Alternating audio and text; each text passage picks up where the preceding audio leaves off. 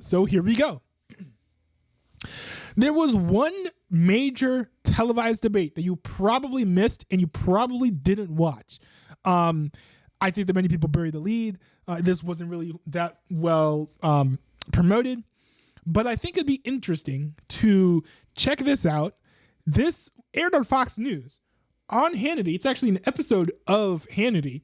It's called The Great Red versus Blue Debate. This is a debate between what's his name?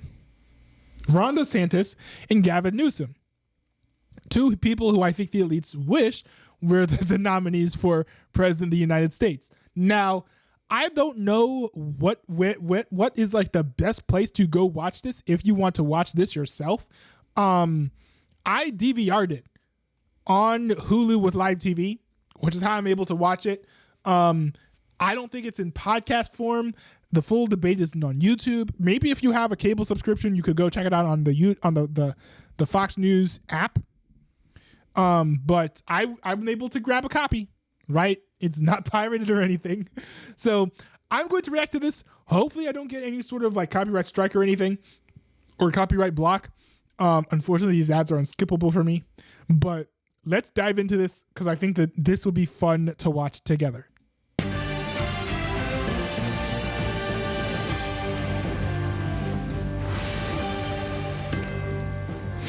And welcome to Hannity. And tonight we are broadcasting live just north of Atlanta, Georgia, in Alpharetta, Georgia, where in just a moment we're going to hear from the Republican governor. Yo, this is a very, very cool setup. It does look kind of weird because like the whole background is so dark and it looks like there's like no one there. It kind of has like the same eerie feeling that the COVID era debates had, but I think it's kind of a cool setup. I wish that more debates kind of experimented with the setup and the format in this way. Of Florida, the Democratic governor of the great state of California, for what is the first ever red state, blue state debate right here on the Fox News channel. Also, why did they decide to do this, by the way? I'm a little bit confused by that. No one was asking for this. Like, I'm sure this will be fun for us to watch, but like, who asked for this? No one asked for this. Now, we will do our best to give equal time to each governor. We will limit answers to 60 seconds per question. We'll be a little flexible as needed. Let the debate breathe as needed, along with a 30-second time for rebuttal. Let me start by introducing both Florida Governor Ron DeSantis, California Governor Gavin Newsom. Governors, thank you both for being here. Really appreciate it. Great to be with you. I know both of you personally. I've known you both for a long time. I know you're very busy. I also know this. I know that both of you love your individual states. Yeah. I know you both have a deep and abiding love for our country, as I do. But where we are in the country, we've never kind of been this divided in a long time. There are clear... That's an interesting pitch. That's an interesting pitch, right? Where it's like Florida is basically the icon of a right-wing red state. Right, it's like, you know, if you want to refer to a Republican state, that's the state you refer to. But for the Democrat side, California is the state that you refer to. Now, I find it interesting that these icons, right, the red state of Florida, is viewed as like the icon for what it's like to live in a Republican state, and California is the icon of what it's like to live in a Democratic state, and the quality of life in these two states is very different. Now, I will say this, to be fair, that California, and I've heard streamers on Twitch talk about this. Many of them live in California, right? So they have an idea of what this is like. In California, there are some very, very, very nice places to live, right? Like I think LA is still relatively nice in certain areas. The problem is that it's very inconsistent. You have all these druggies all lined up in the street on one part of the state, and then like 2 blocks down, everything is great. It's a wonderful gated community. So the state is very inconsistent. I think that the quality of life in Florida might be a little bit consistently better than in California. So I don't want to act like the entirety of California is crappy because it's not, but California has some very severe problems. Like, you know, drug needles on the side of on the sidewalk and stuff. and people defecating on sidewalks that Florida just doesn't really have. And deep and profound differences in your approach to governance. And before we begin, one quick note to all of you that are watching at home. Okay, I'm now the longest running primetime cable host in the history of cable news. I'm now, and I feel blessed, in my 28th year at Fox. It's kind of widely known that I am a conservative. However, tonight I will be moderating this debate. I will not be part of the debate. Interesting. I wonder how good you'll do with that. Tonight will be coming from well-sourced. Oh, wait. When I do reactions, I usually do closed captions. Here we go. Okay, we got subtitles. Fact-centered perspectives, and you will see and hear most of tonight's questions will deal with the most fundamental issues, the ones that impact the lives of the people that make this country great, the people in Florida. Sorry, can I not move the subtitles? The people in California, and in many ways, every state in the country. We'll discuss taxes, the economy, immigration, crime, guns, homelessness, education, parental rights, abortion. Hold on. Wait a second. Why isn't this something that's covered in most of the presidential debates? Taxes. When has anyone talked about taxes in any of the presidential debates so far? I will say that the most recent one I've not seen yet. Why aren't more people talking about taxes in general election debates? There's the economy. People have been talking about that. That's fair. The immigration, people are talking about that as well. Crime. I mean, the GOP candidates have brought this up. Said in the chat. But it's not something that most of the moderators have been bringing up. Guns. Why isn't that something that's being brought up? Homelessness. That's something that the GOP candidates have had to bring up that the moderators don't even want to talk about. Education has maybe been brought up once or twice. Parental rights has been brought up, I think, maybe once over the course of like 3 debates. To be fair, abortion and gas prices have been brought up during the GOP debates. But like half of these things have been mentioned maybe lightly over the course of the presidential campaign process during the major debates. And all of these things are very, very important. What about gas prices? Gas prices. Yeah, they're gonna talk about that. Jot. Said in the chat. Wait, NVM, it's there. In the end, you will get to decide which governing philosophy you believe is better. The governors will explain their governing philosophy. And again, fact-based questions. So let's get started. Everybody ready? Hopefully. We'll see. All right. As we speak, there is a phenomenon. It is playing out across the entire country. Americans, they are leaving blue states in droves in favor of red states. You can see numbers on the screen right now from the years 2021 and 2022. These particular numbers are stark in the state that you lead. In the case of you, Governor Newsom, according to the U.S. Census, this is where the numbers come from. In 2021, 2022, California's lost 750,000 residents to other states. Governor DeSantis, during that same 2-year period, you gained 454,000 residents from other states. So, Governor DeSantis, we had a coin toss. I was not part of it. I missed it. But apparently, Governor Newsom, you won the coin toss. And you chose to let Governor DeSantis have the first. Said in the chat. Okay. Is losing it good? No. Jot. Said in the chat. 'Cause I just saw my state. So, in case you missed it, Sean Hannty's point with that graph is people are leaving blue states to go to red states. That has many negative detriments. This is how many areas like Detroit, Michigan, started crumbling. I think Ohio, to a degree, started crumbling financially because people run businesses, but then once the people leave, the revenue dries up, and then the businesses shut down, and the people who run the businesses leave as well. And then it's just economically lifeless as a state.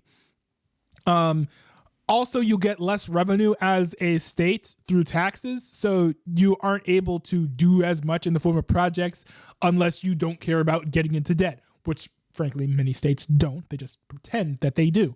And now I will say that when it comes to, moving New Jersey not doing good then. Now, I will say, to be fair, when you have people going into your state, that could also bring its own challenges, right? for example, with migrants, illegal immigrants getting bussed over into New York, that adds strain to the resources that New York tries to give out to people because they love giving out handouts to the people who live there. So that is a problem too. And also, when you look at Florida, for example, people have been moving to Florida, and since they've been moving into Florida, no one wants to talk about this, but I'm glad that Laura Loomer, at least, is bringing this up. It's a more expensive place to live now because there's limited resources, right? So housing values have gone up, which is great for the people who own houses, but it's awful for people who are moving there and trying to make a living there. There's less real estate, so people are fighting over resources, not physically, but it's like prices are going up. It's more competitive. It's hard to recommend going to Florida now because Florida is becoming so crowded, and as more people go there, it's going to be a harder place to live.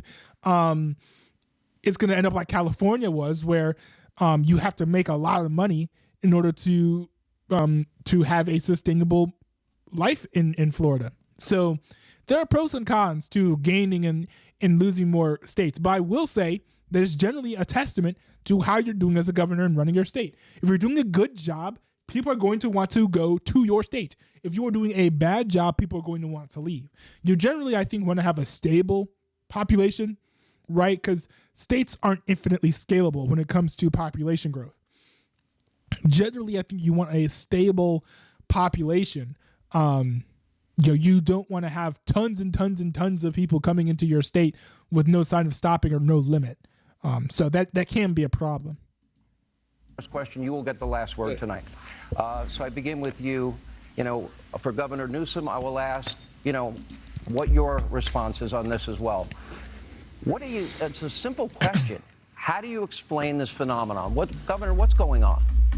When I was in the Navy, I got orders to go to Naval Amphibious Base Coronado in Southern California. And I was a lifelong Floridian, but I went there and I was like, man, this is one of the most beautiful places on earth. And I think California has more natural advantages than any state in the country. You almost have to try to mess California up. And yeah, that's what Gavin Newsom has done since he's been governor. He's the first governor to ever lose population. They actually, at one point, ran out of U-Hauls in the state of California because so many people were leaving. Of course, he's imposed restrictions on his own people. That's crazy. While exempting himself from those restrictions and going to the French Laundry while his people were suffering. He led the country in school closures, locking kids out of school while he had his own kids in private school in person. Now, he's very good at spinning these tales. He's good at being slick and slippery. He'll tell a blizzard of lies to be able to try to mask the failures. But the reality is they have failed because of his leftist ideology. And the choice for America is this. What Biden and Harris and Newsom want to do is... To be fair, I don't think that he's losing people because of his leftist ideology. I don't think that people are being like, oh, I hate your leftist ideology, so I'm leaving. They're leaving because the leftist ideology is leading to making decisions that's making the state a more difficult place to leave. This is why I think Florida's in trouble as well. You're having a lot of liberal progressives and Marxists moving over to Florida, and then they're going to go to Florida, and what are they going to do? They're going to start voting. You're going to have a bunch of...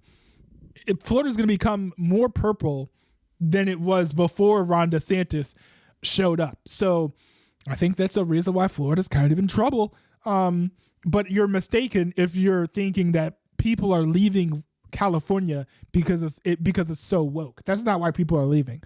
They're leaving because they can't afford to live there anymore.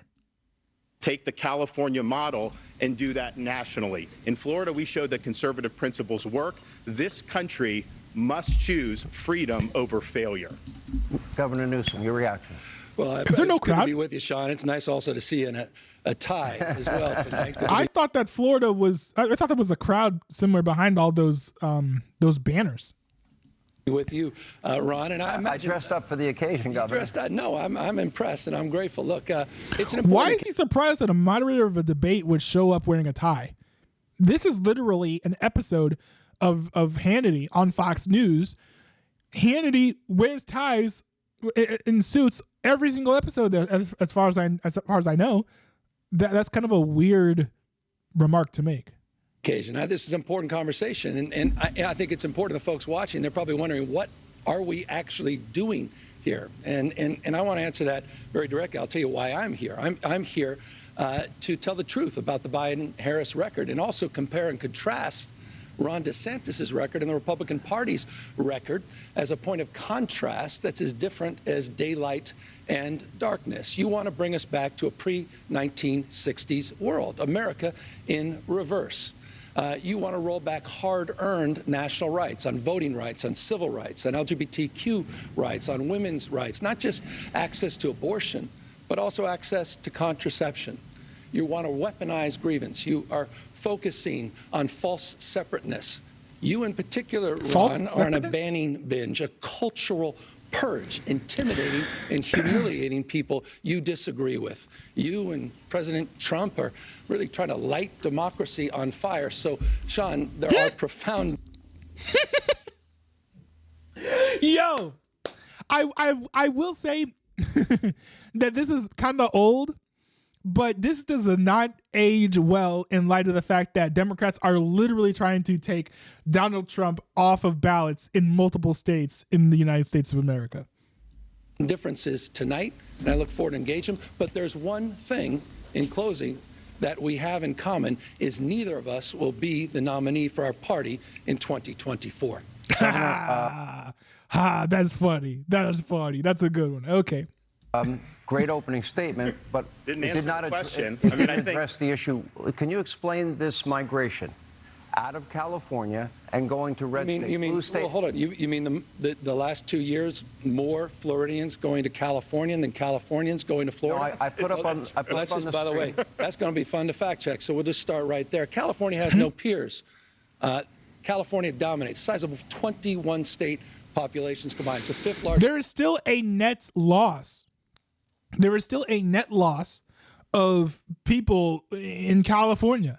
There are more people leaving California than going to California. It may be true that more people are going from Florida to California than from California to Florida. I think it's some people hearing that Florida is such a great place to live, and then they realize that they can't stand living in an area that is that's not as woke as the place where they came from, or people realizing that California is actually kind of a land of opportunity now because the state's going to end up being reshaped. I think that Newsom and people like that are not going to be in power for long. I think long term. So people kind of want to go to California to reshape the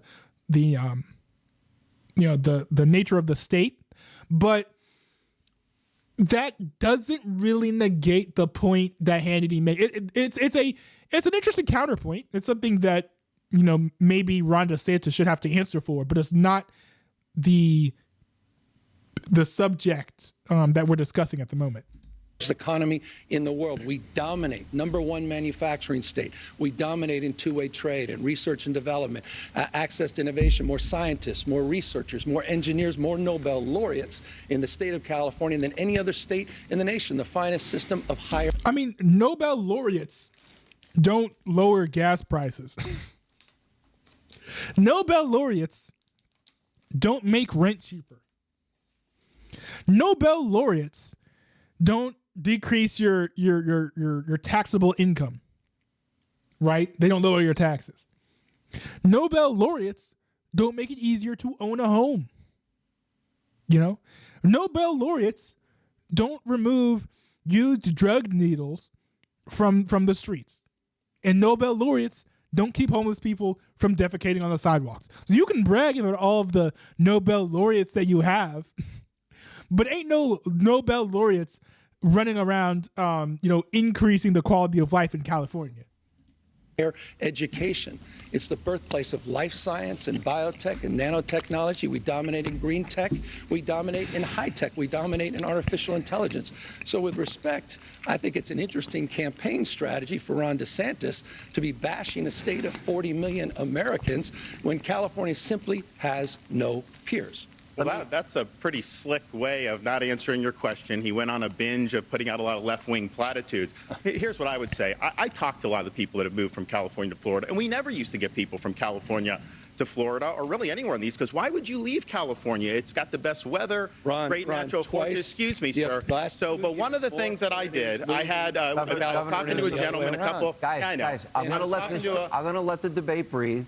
But it's his turn. Let's take turns. So I was talking to a fella who had made the move from California to Florida, and he was telling me that Florida is much better governed, safer, better budget, lower taxes, all this stuff. And he's really happy with the quality of life. And then he paused and he said, by the way, I'm Gavin Newsom's father-in-law. So we do count Gavin's in-laws as some of the people that have fled California and come to the state of Florida. And why are we getting people to come? We have a 50-year low in the crime rate.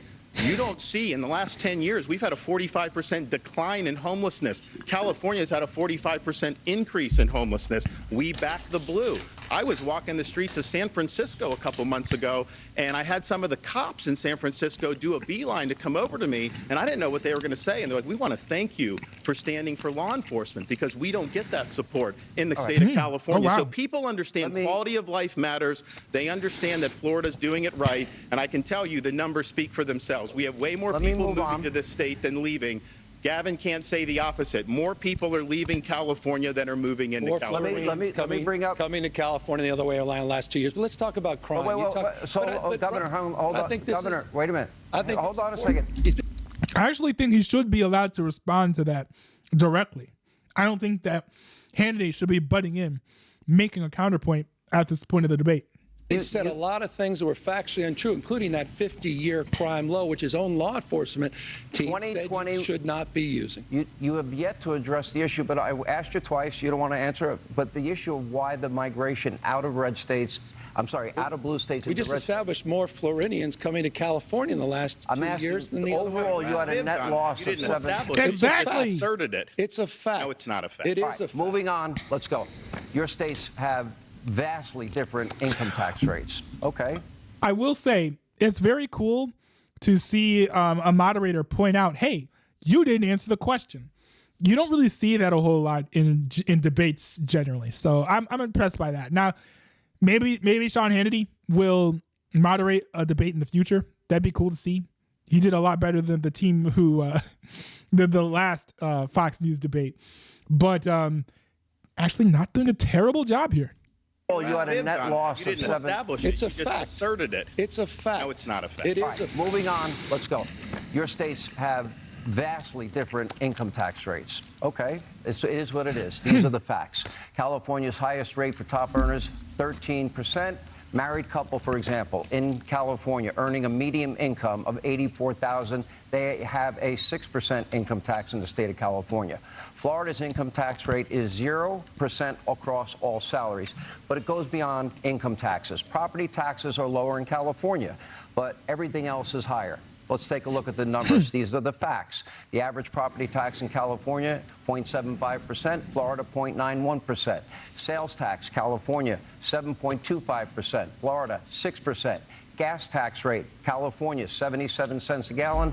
That is a low estimate. It's up to $1 when you include mandatory fees, and in Florida, it's 35 cents. Corporate income tax, California, 8.84%, Florida. I think it's really good that he's pointing out that property taxes are higher in Florida. I think it's also something that Laura Loomer was complaining about when talking about Ron DeSantis' record. So I'm glad he's pointing that out. Florida, 5.5%. Governor Newsom, this is your question. Let me ask you. Obviously, you support a different philosophy, which is higher taxes. Yes. No, hold on. We have a tax question. This is Bro, if your taxes are higher and you're not championing lower taxes, higher taxes are your platform. Very different approach, and I agree with you completely. You don't get to have high taxes and then say, no. High taxes aren't my platform. Of a different philosophy, which is higher taxes. Yes. Hold on. We have a tax question, Governor. This is a very different approach, and I agree with you completely. He has one of the most regressive tax rates in the United States of America. It's the number 3 most regressive state in America. And what that means is simply this. Who does he tax? He taxes low-income workers more than we tax millionaires and billionaires in the state of California. The question is a simple one. Who, Ron, are you for? It's a fact. Which tax? We have established multiple taxes, compared them between Florida and California. The only singular tax where there was a higher tax rate in Florida than in California was a property tax. And low-income workers probably don't really own that much property. So what in the world is he talking about? Actual lie that the state of California is high tax, has the highest tax rate, but for whom? And it's a foundational and fundamental difference. You look at states like Texas, overwhelming majority of Texans pay more taxes than the state of California. So We're again, not talking about Texas. It's who you're for, and I think those values matter, and I appreciate you bringing up the issue of taxes. How many people leave Florida to go to California because they pay less taxes? I've not seen that. Are people going from Florida to New York because they pay less taxes? Of course not. They come to Florida because they pay lower taxes. We don't even have an income tax. And yet California has a higher sales tax than we do, and that's one of the things that we do. But here's the thing, and I'll give Gavin credit. He did at least admit in his first answer, he's joined at the hip with Biden and Harris. He thinks Biden and Harris have done a great job. He thinks the economy is working because of their policies for Americans, and they are not. And so what California represents is the Biden-Harris agenda on steroids.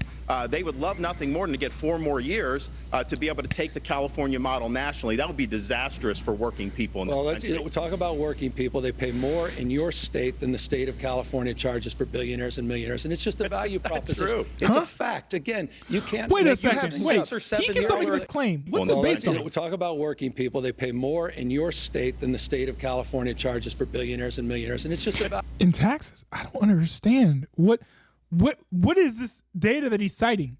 He's saying that rich people, he's saying that like low income earners pay more in taxes in Florida than in California. But please tell me which tax you're referring to that is like affecting, please tell me what you're referring to that is affecting low income earners more in Florida than in California. Value That's not proposition. true. It's a fact. Again, you can't make. You these have things $6 up. or $7 Here, a gallon gas. How do they afford that? These are folks that are blue collar Exactly. people. Talking You're about going to force tax rates everybody to in buy your an state. electric vehicle. How are they going to be able to afford electric vehicles if you're working class people? And I think the thing about California, they have one of the highest inequality rates because, yeah, they've got Silicon Valley billionaires. They've got a lot of very wealthy people. They've got a lot of people that are on government assistance. But they've hollowed out their middle class. That's who's been From a guy leaving that's a high California. poverty rate They've in been the state leaving of in other California. places. They go to Arizona. They go to Nevada. In the They go to all interest these of time, places. let me just like Biden is hollowing out this I do have a country. follow-up They're question. doing in California. Ron, I'm happy that you continue to talk. Let's talk a little bit about Bidenomics because I'm happy to take that on right now as well. And I think it's You're a fair a big point. supporter of it. I appreciate you acknowledging 14 million jobs, 10 times more than the last 3 Republican presidents combined. Because he had 815,000 because manufacturing the jobs. jobs were because of the COVID lockdowns. Are you kidding me? 3.9% Interesting. unemployment. As he continues to talk over me, I'll talk to the American people. 3.9%. You were just talking over him like 5 to 10 minutes ago. You don't get to be smug about him talking over you now. Unemployment, the lowest black unemployment in American history, the lowest unemployment for Hispanics in American history, the lowest unemployment for women in 70 years, the lowest black poverty rates in history. That's this administration's agenda. And by the way, as you smile and smirk over there, you should know this, the American people. Here's a guy who celebrated Bidenomics just this week, celebrating $28 million that came into your state because of the CHIPS and Science Act, one of the most significant economic plans since FDR. I'm proud of the work Biden and Harris have done. Would you like to respond? And I do have a follow-up. The 6% rate on people, families, couple in California, they pay 6% income tax on $84,000 a year. Low-wage workers That's why in the he's- state of Florida that's what he pay more does. than I mean, billionaire I state of didn't ask California. about Florida. He's spinning, Governor, he is Governor, 30. I'm asking But here's, about- let me answer the I'm question. asking spinning you- lies. Let me Let ask you him a answer the to question. cover for his Ron, if I may, Let him answer ask and the then I'll question. respond. Question. Okay. California has lower taxes, lower than 32 states for working families in the middle class. Significantly lower Okay, taxes. what is that bracket? What is low income earners? What is middle class, right?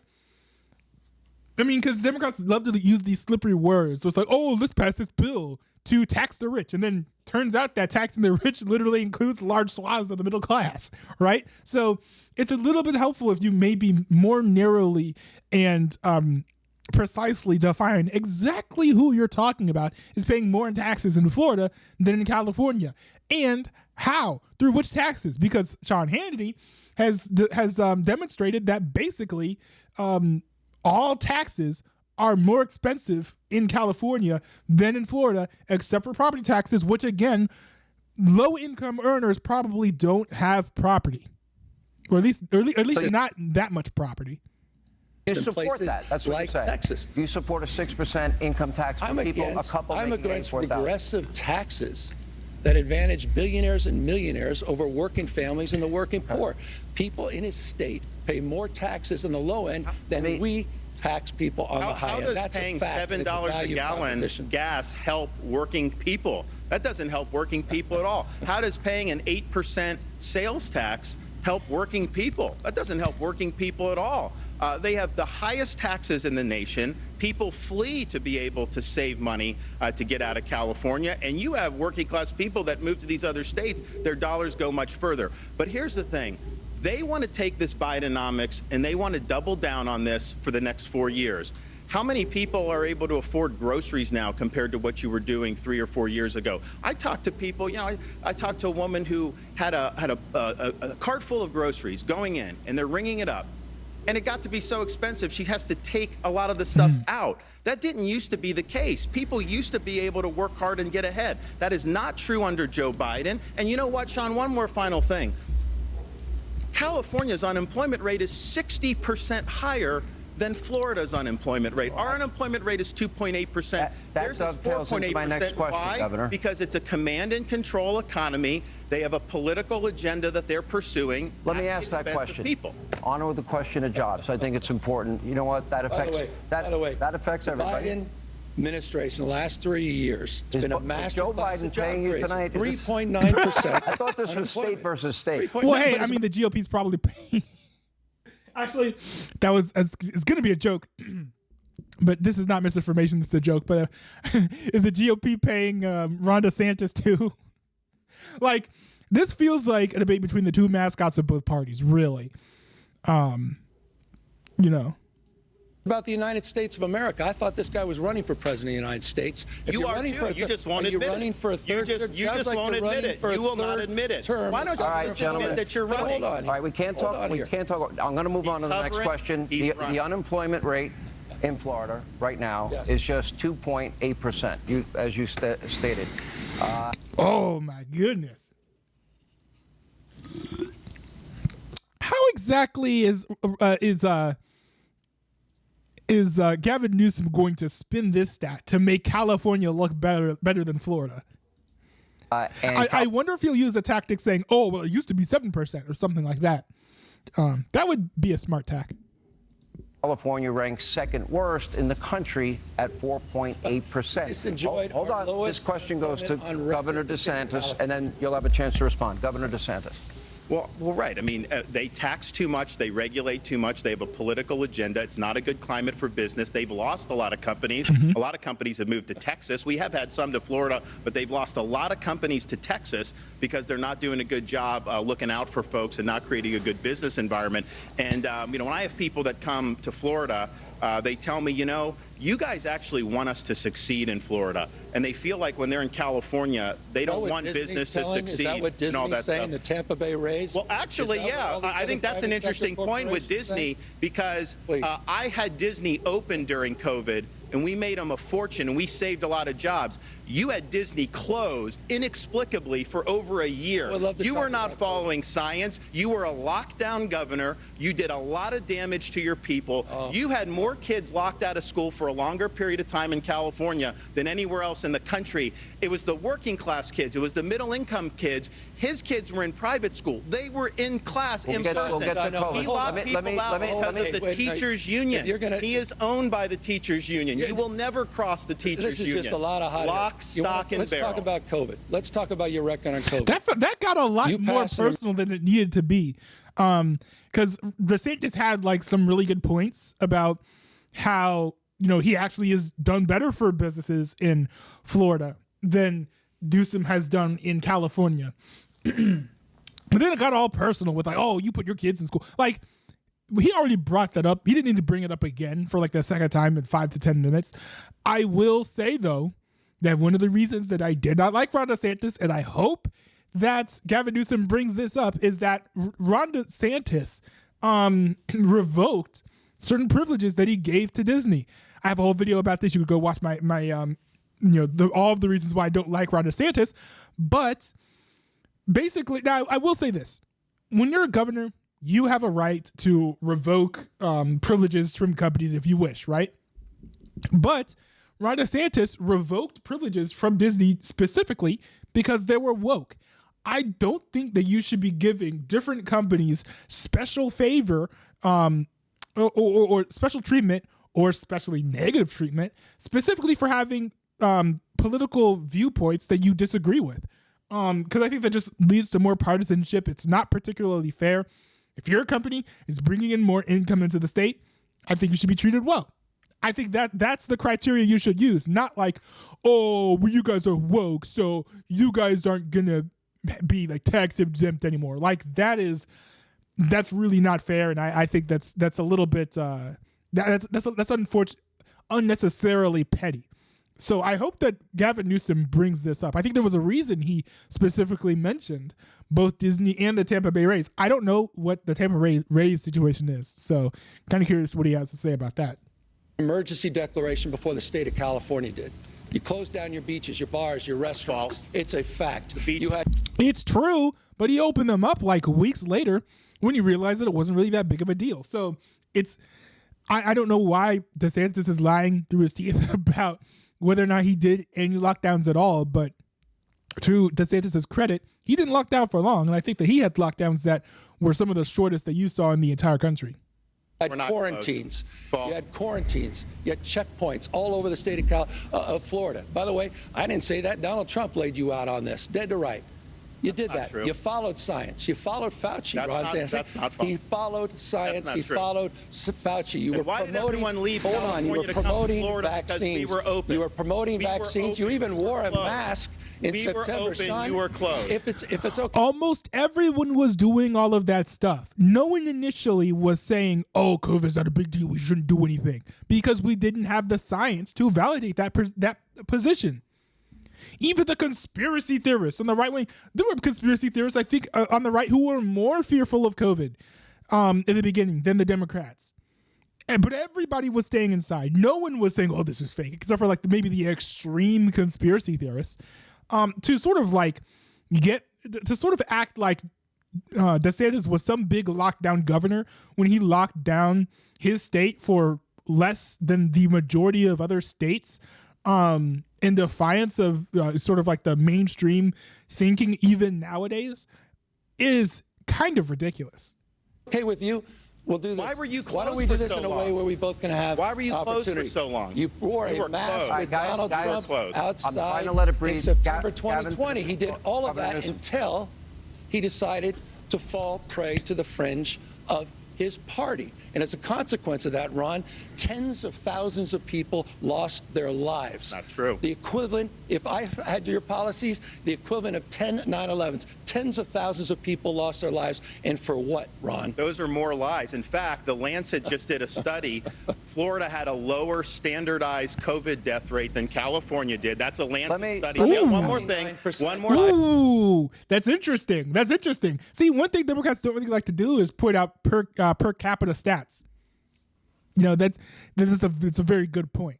The other thing we had, the other thing California had higher excess mortality than. All right, gentlemen. Let me talk about the excess mortality real quick. Honestly, because the hold on a excess second. mortality is other things. I want to ask you both. Wait a second. I want everyone. He's responding to what Newsom said. I think that they should give him time to respond.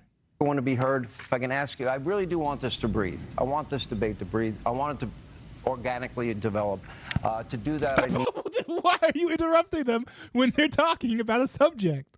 Both your cooperation. I don't want to be a hall monitor. It's not my style, all right? You mentioned COVID. Let me go to COVID. And I plan to bring this up later, but you both took very different approaches as it comes to COVID. Governor Newsom, you issued the nation's first stay-at-home order on March 19th of 2020. Governor DeSantis, you took a lot of heat for reopening schools. You opened schools in Florida in August of 2020.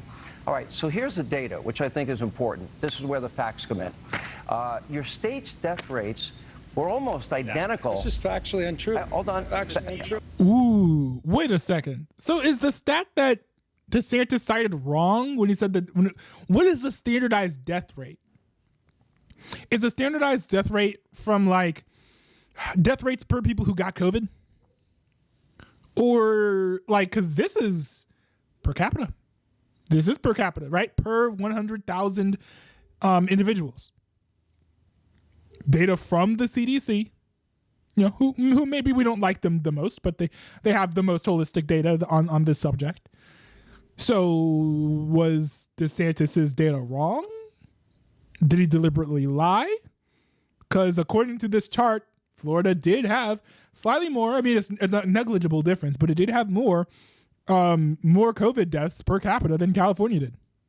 See? Okay, and by the way, both your states with such different approaches, which is pretty fascinating, were both lower, significantly lower than the national average. These numbers come straight from the CDC. I will say that in California, much of that I think could be contributed to people being paranoid, which, you know, while maybe it's not my favorite thing in the world, it did mean that less people were interacting with each other, and, you know, consequentially, I don't think it spread as much. Maybe. I could be wrong though. I'm just kind of making that up, but but it would make sense to me. So, Governor Newsom, how do you explain that? The facts. Per capita death rates That's what that is. in the state of Florida were 29%, 29% per capita higher. 29%. That's not what the stats say right there. People, tens of thousands of people unnecessarily died. Don't lie about it. He put the graphic up there. Don't lie about it. From the CDC. Wait a second. Wait.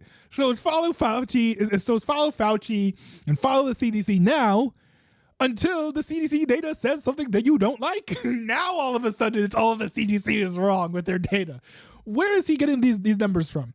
See, DeSantis cited where he got his standardized death rate from, but Newsom is just throwing out stats. Oh, like Florida had 29% more deaths than California per capita. Well, where are those statistics? Where are those statistics, my man? I would like to see at least what you're sourcing this information from. Your policies. Just understand. You're lying You don't need to lie about it. No, it's not. You were a lockdown governor. No, it's you not. locked down. All right, one at a time. schools. Gavin Newsom, finish your thought. Beaches, bars, and restaurants. That's just a fact. He's running away from his record. He's running away from the fact tens of thousands of people died unnecessarily the CDC because he numbers. caved to it's 29% higher death rate in the state of Florida. Saying 29% higher and over again doesn't make you right. CDC versus the state of California. Okay, quick response, Governor. You died. showed the stats. The stats are very clear. One at a time. On a per capita age-adjusted basis, California and Florida basically the same. Now, why is that important? Because Gavin Newsom did huge damage to people in California. He ruined livelihoods. We reopened the state very quickly. We saved thousands of jobs. We saved hundreds of thousands of jobs, thousands of businesses. We had our kids in school.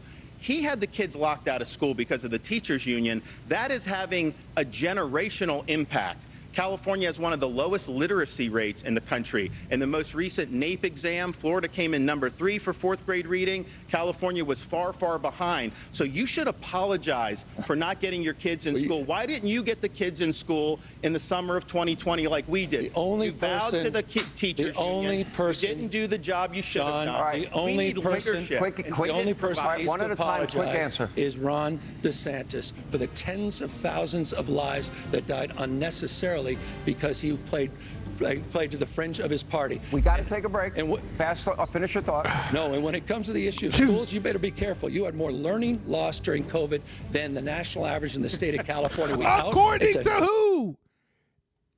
Is he making all of this stuff up? He's saying, oh, like you did this, you did that, and citing numbers. But like, what is all of that stuff based on? It kind of flies in the face of some of the data that we've been seeing throughout this debate. Fact. More learning loss. Your economy Let me see if I can skip contracted this ad more in break. 2020. Quick break. Expanded slower than California in 2021. More to come on this topic. More to come on this debate. I know it's starting off. Next segment, I guess. It's been rather dull at the start, but anyway, we got a lot to get to. Coming up, many important topics that we're going to be talking about, including one issue where we might find some agreement, actually, as we continue the blue state, red state debate. We are live. We are in Alpharetta, Georgia. Thank you for being with us. All right, let's see. Nice. Let's get the ad break. Let's go. And welcome back to Hannity as we continue our blue state, red state debate with Governor Gavin Newsom and Governor Ron DeSantis. Gentlemen, let's move on to the issue of borders. Joe Biden's message to illegal immigrants during his campaign was, let them come. I'd have the tape, but I said I wouldn't play the tape. And since taking office, Biden said he's gotten control of the border. Vice President Kamala Harris, Homeland Security Secretary Mayorkas, Biden's press secretary Karine Jean-Pierre have all said the border is either secure or the border is closed. Yet the Border Patrol says, well, guess what? They have been a record 6.5 million encounters with illegal immigrants and so-called asylum seekers at the border since President Biden took office. The administration says, well, they don't know how many people actually are in the country illegally. Gentlemen, the American people, I ask you, I believe it's your turn, Governor Newsom. I do hope that they pointed out how the numbers have risen. Now, I do think it's also fair to point out that numbers were rising. Illegal immigration numbers were rising under Trump. Not many people really want to talk about that. But illegal immigration was also rising under Obama as well. Seeing a graph of historical data on this point would have been helpful. Rather than saying we are here, it'd be interesting to see how much worse things have gotten, since maybe Obama's reign, all the way through the Trump regime and then into Joe Biden's presidency. Newsom, have the American people on the issue of borders, you're defending the Biden administration. They're saying the border's secure. They're saying the border's closed. Those are the numbers from our own Border Patrol. Are the American people being lied to? I don't think they're being lied to. The Biden administration put out a comprehensive plan day one when he got sworn into office 3 years ago, and the Republican Party didn't touch it. They haven't moved on it. They play politics with us. And I'll be honest with you, I think there's probably one person I wouldn't listen to on this topic more than the guy that I'm standing next to, Ron DeSantis. He lacks any credibility on the issue of immigration. When he was in Congress, he supported amnesty. When he's in Congress, you supported John Boehner's bill. It's a fact. Wait a second. Amnesty, isn't amnesty the thing where illegal immigrants can then get citizenship, if I'm not mistaken? What is amnesty? Which, by the way, I don't support amnesty, but I think we shouldn't be deceptive here. So amnesty, an official pardon for people who have been convicted of political offenses, example, an amnesty for political prisoners. So basically, yeah, I think that my understanding is correct, that amnesty means that illegal immigrants who are here can just get citizenship, basically. I will say, border security, right? Talking about the security of the border is a lot different than talking about amnesty. And I do think that they sort of influence each other, right? If you promise amnesty to illegal immigrants, I think that you do, to a degree, motivate illegal immigrants to come into the country because they're like, we just break the law and they'll forgive us, right? But at the same time, you can also say, we need to stop illegal immigration at the border, but the people who are already here, let them be citizens. I actually wouldn't be opposed to amnesty if the border was secure, but we can't have amnesty while the border isn't secure. To say that you want amnesty, but also that you're a hypocrite if you're saying you want to secure the border as well, is absolutely ridiculous, because you can have both. Now, whether or not you should have both, that's a different conversation, but you can have both if you want. You were in Congress, you supported Obama's efforts to advance comprehensive reform. False. The last guy you want to talk to on the issue of immigration. Your immigration policy can best be described as a governor from the state of Florida going into another state, the state of Texas, lying to migrants, promising them jobs and housing, sending them to an island, Martha's Vineyard, and then sending them to a parking lot. Said in the chat, Sacramento, California. Fortnite. With those What does Fortnite have to do with this? promising them disappointed in jobs you and guys. housing, sending them to an island, Martha's Vineyard, and then sending them to a parking lot in Sacramento, California. I met with those migrants that you lied to under false pretense. That kind of gamesmanship, using human beings as pawns, I think is disqualifying. So again, a guy who stands here who's been out on the Republican debate stage saying, well, he's going to be tough, he's going to shoot people with backpacks, and that he has a strategy to potentially even invade our second largest trading partner. Okay, the claims that, and actually, I don't want to speak out of turn. I only researched Vivek Ramaswamy's position on this, but I don't think that anyone has said that they want to invade Mexico. Mexico that has a record of supporting amnesty and supporting reforms under the Obama administration is the last guys to be standing on stage talking about the issue of immigration reform tonight. Well, I'll tell you what, it's deja vu all over again with that flurry of lies. This is a guy that says the Biden administration is not lying to the public about the border. They go to the White House briefing room every day. They say the border's secure. They are lying to you. We know that that's not true. Gavin Newsom is lying to you when he says somehow I supported these things, which I didn't do. He's also lying to you about what it's going to take to solve this problem. California is a sanctuary state. They thumb their nose at federal immigration law, and this has real consequences. There was an illegal alien, Herbert Nixon Flores, who was in L.A., in custody. He was a repeat criminal. ICE wanted to take him into custody because then they would be able to deport him. L.A. refuses to work with ICE, and so they wouldn't turn him over. They end up releasing him on the street. He ends up murdering the mother of a 3-year-old little girl. Those policies are deadly. They do not work. And I would tell you this. The only thing about that is I understand why that's a legit fear, because many of the people who come across the border illegally are cartel members. But these stories are mere anecdotes. Remember, anecdotes and antidote are not the same word. However, where are the stats saying how many people coming across the border illegally are running around killing people senselessly? I would suspect that would be less than 1%. So while these stories are sad and scary, and it's awful that these things happen, to be fair, I don't think that this is something that is happening at such a large scale where you can make that the primary reason to ban illegal immigration. Now, I mean, it's certainly a reason, but you can't use that as like a justification to say, oh, the illegal immigrants are dangerous, right? The illegal immigrants who might possibly be coming from Middle Eastern nations, as like some sort of like infiltration plot, like terrorist cells or whatever, they would be more, I think that they would be something to worry about a little bit more than people who are coming in from Mexico, just because I don't think that the majority of them are just coming into the country, running around and killing people. Because if that was the case, then we would definitely see the population of states like Texas decreasing. The Martha's Vineyard transport, Martha's Vineyard said it was a sanctuary jurisdiction. Kind of reminds me about Gavin Newsom when he restricted Californians, then he went to the French Laundry. These liberal elites, they like to impose burdens on you.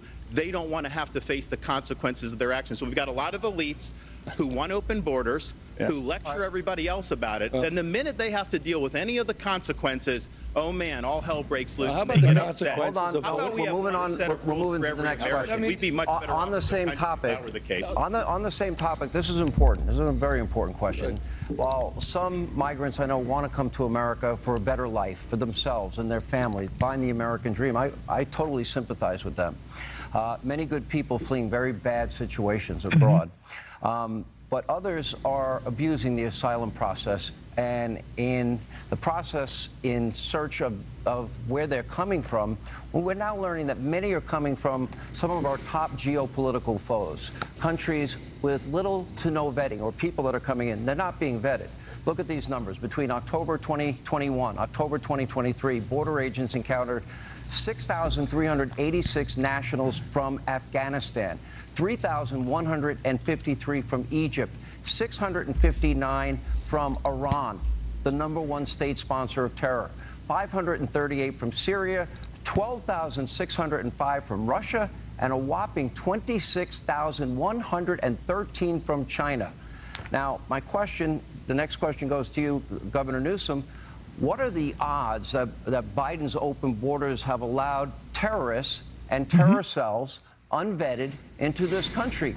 Is that exactly? It's not the people who are actively being violent now, but the people who are maybe sleeper cells or whatever that I think would be more worrisome when it comes to illegal immigration. Clear and present danger to every American. The odds are 100%. Of course our enemies are going to take advantage of this. He opened the border. He's not. He's violating his oath of office to take care that the laws are faithfully executed.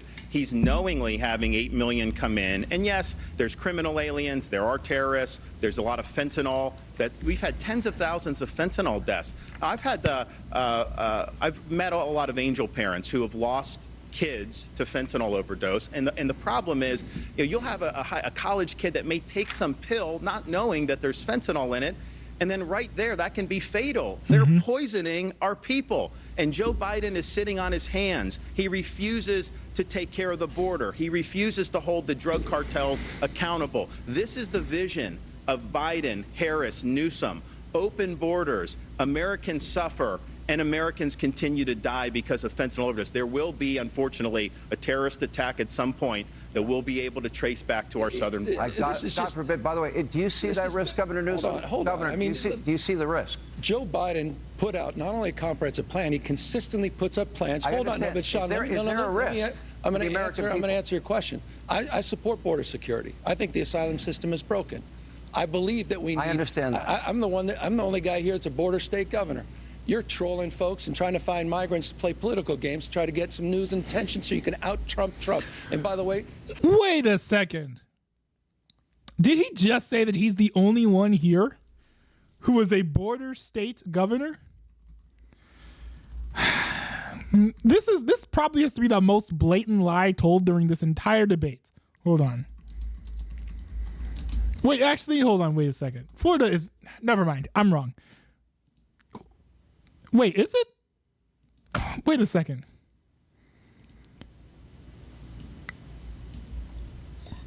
What in the world?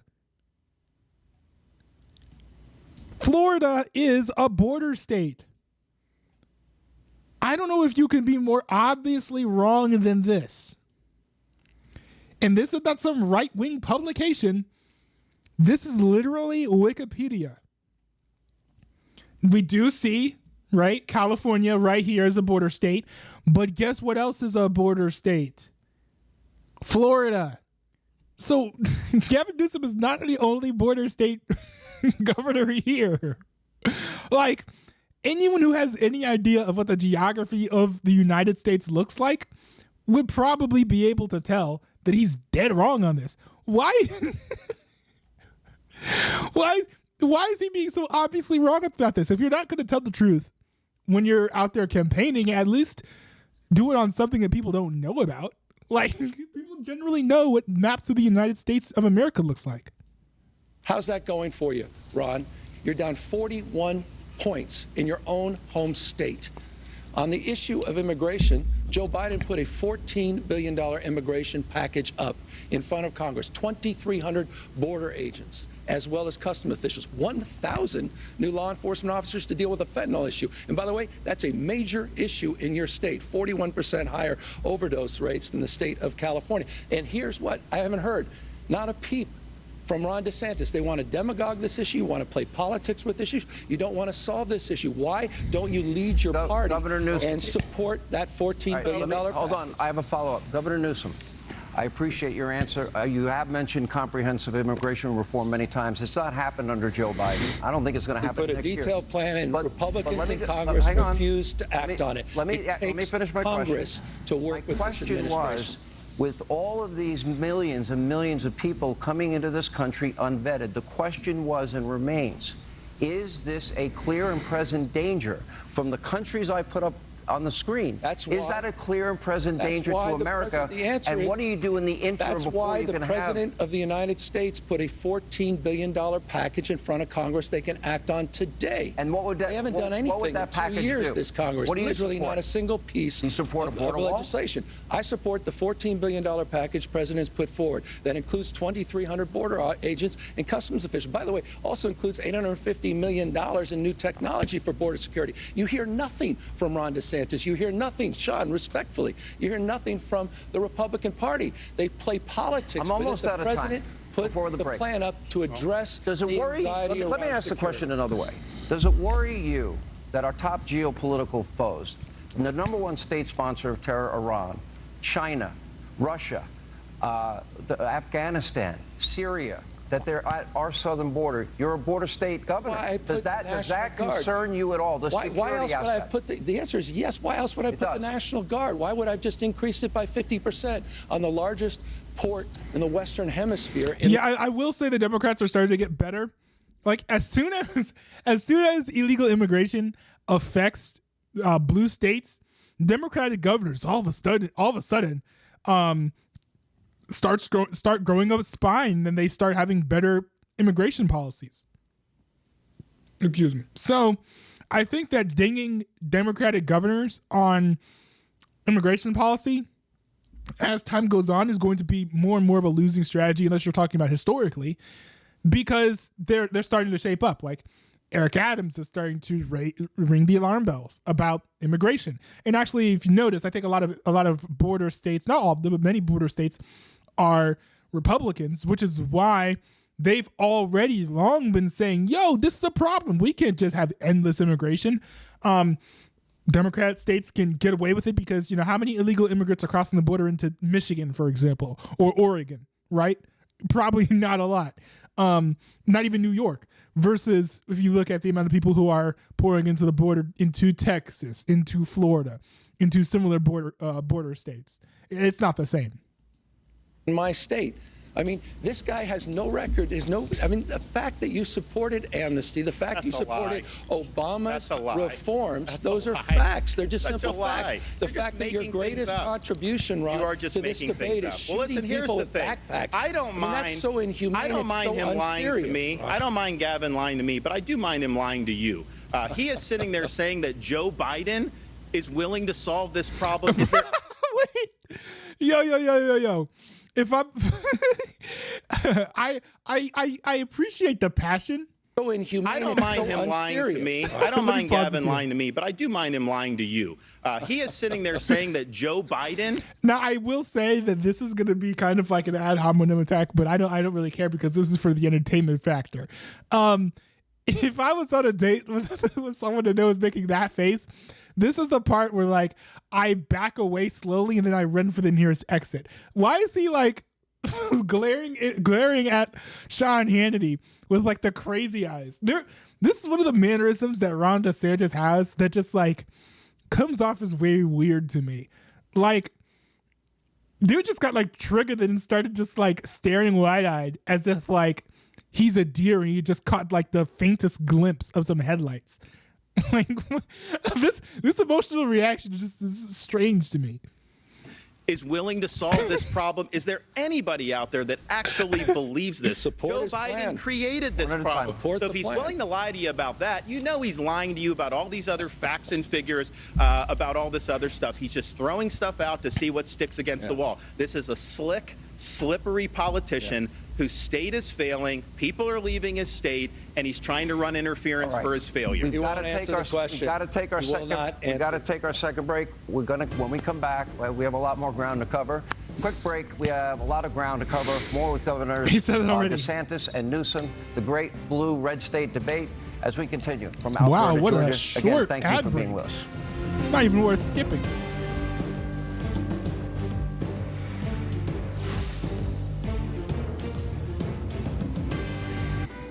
You know, the world wants you to think that this time of year is all about presents and shopping hey, and it's cookies the dude from The Chosen. and trees. But we know Christmas isn't about something you buy at a store. It's about something so much greater. It is the day we celebrate the incredible truth that God so loved the world that he gave his only son. It's not about presents. It's about Jesus. Join me this Advent in praying every day on Hallow. Cut through the noise and find God's peace. When did That's doing the lad. business become more about culture wars and less about, well, business? Some companies today bring politics into the boardroom, then into our living rooms. That's why I use Spotlight reports from 1792 Exchange. Here, I can search more than 2,000 companies to see if they care more about divisive social issues than about running a sound business. Isn't it time we got back to the business of business? Learn the risk to your Isn't company there or like an family app? at 1792exchange.com. Isn't there like an app? Hold on. This what's is the your name of that season to app smile, where- to raise a toast and gather together, to wrap up the fun and round up the where you gang. can track To whether or help not get like you ready, your companies Aspen are Dental woke? team is celebrating It already 25 exists. years I think of I have it affordable on my care with phone. an I forget epic what it's called. anniversary savings event. Right now, new patients without insurance get a free full Like exam Town and x-rays. Square or something Plus, like that? everyone can get 20% off their treatment Maybe plan. I'll look for it later. But But hurry, there's because while already the an app season that does won't that. last, the I don't know if memories we you need make together another will. one. Aspen Dental. Book today. Especially for something so basic as like, the feeling you know, of finding is the this psoriasis is this, treatment she's been looking for. something so Tic-Tuk basic is as, like, the is first of this, its kind, once daily pill for moderate to severe plaque psoriasis. For the this chance of company clear woke? or Like, almost clear skin. I don't know if it's like worth the feeling of a finding whole your nother back ad is back. for But something fighting you can just psoriasis Google can't deny the or look up on a different splendor app that of already these exists. thighs. Once daily Sotyktu is proven to get more people clearer skin than the leading pill. Don't What take if demographic you're is allergic this? to Sotyktu. They're targeting Serious cosplayers reactions can now with occur. big Sotyktu pharma can ads? lower your ability to fight infections, I mean, to be fair, including like, TB. cosplayers Serious probably infections, are, like, cancers including lymphoma, muscle very, problems, very and much changes like in Just certain the Science labs have guys. occurred. Tell your doctor if you have an infection, liver or kidney problems, high triglycerides, or had a vaccine or plan to. Sotyktu is a TYK2 inhibitor. TYK2 is part of the JAK family. It's not known if Sotyktu has the same What is risks as this? JAK inhibitors. What? Find what plaque psoriasis has been hiding. Ask your dermatologist about Sotyktu for clearer skin. So clearly you. Sotyktu. Oh man, As a what do way we to do say before thank you this holiday Sotyktu? season, Bass Pro Shops and Cabela's club members save even more while supporting conservation during Club Member Mondays. For the first time ever, club members receive up to an additional 15% off our best deals of the year, in-store, online, and even on sale items, every Monday through Christmas. Plus, purchases over $500 receive 0% interest for 12 months on qualifying purchases. Not a club member? Join today and start earning free gear for your next adventure. Providing for your family is a top priority. But what happens when you need affordable health care? I wish I could skip these Christian ads. Healthcare Ministries could save. Oh wait, Red state debate with Governor Gavin Newsom, Governor Ron DeSantis. I thought it wouldn't let me skip because usually when it says that it's an ad, it won't let me skip forward. And thank you both for being here. We're going to take a little breathing room. I don't mind the debate taking on a life of its own, but let each other Clearly, DeSantis, Hannity does not like how this debate is going. breathe. I don't want to be the hall monitor. Please don't turn me into that. Anyway, let's look at the issue of crime. FBI numbers, violent crime nationally for each of your states. Keep in mind this statistic shows what is the combined rate of homicide, rape, robbery, aggravated assault the year 2022. On the national level, the rate was 380.7 offenses per 100,000 people. In California, meanwhile, the rate was much higher, 499.5 offenses per 100,000. Wow. In Florida, lower, 258.9 offenses. And I'm gonna be honest, this stat right here is probably the biggest reason why people are leaving. Yes, taxes are high, but if you're gonna get mugged, once a year, that might feel like a more urgent reason to leave than, oh, my taxes went up by 3%. Per 100,000. Governor Newsom, let me start with you. Your numbers are way higher than the national average. How do you explain And that? this is per capita, right? So it can't be like, oh, we're a big state, we have more people, right? Safety and security, I would argue, is a prerequisite for the pursuit of happiness. Well, I couldn't agree with you more. We're near 50-year lows, down 55% violent crimes in the state of California from the 1990s. And I want to. Is that true? Is that true? I can't imagine, because I can't imagine people are complaining about violent crime now more than ever, at least, and that's anecdotally, at least from what I heard. But It's my understanding that people are complaining more about violent crime now than they have been ever before, or at least like over the past 10, 15 years. That does not indicate to me a 50-year low, right? No one was talking about violent crime in California during the 2008 presidential election cycle, I don't think. Compare and contrast that with the issue in Florida that you didn't mention, and that's the murder rate. And let's broaden it more broadly. The issue is 7 of the top Those numbers 10, were part of the murder rate. 7 of the top 10 murder rates in the United States of America are red states. He has a 66% higher gun death rate than the state of California. He has a higher murder rate. Go to places like... Well, they have more guns. But that doesn't negate the fact that there's more violent crime in California than in Florida. Now, I do think it'd be interesting to see the data on which state has the most violent gun deaths. That'd be interesting to point out. Jacksonville. Go to places like Orlando. Go to places like Tampa. The murder rate's off the charts compared to cities like San Francisco. And you know what? Even more egregiously, Sean, and I think this is important, the American people deserve an answer from you, Ron. You had one of the worst mass shootings in American history, Parkland. 17 kids were gunned down, lives lost, 17 others, lives torn asunder. You had a young girl by the name of Jamie. Okay, but less violent crime. So I would guess, and I could be wrong with the data, but I would guess that means that there are still fewer people getting killed violently per capita in Florida than in California. Now that's entirely conjecture, and I could be wrong, but that's what I would imagine. Gutenberg, whose father pleaded with you to do something about it. And you know what you did? You did the exact opposite.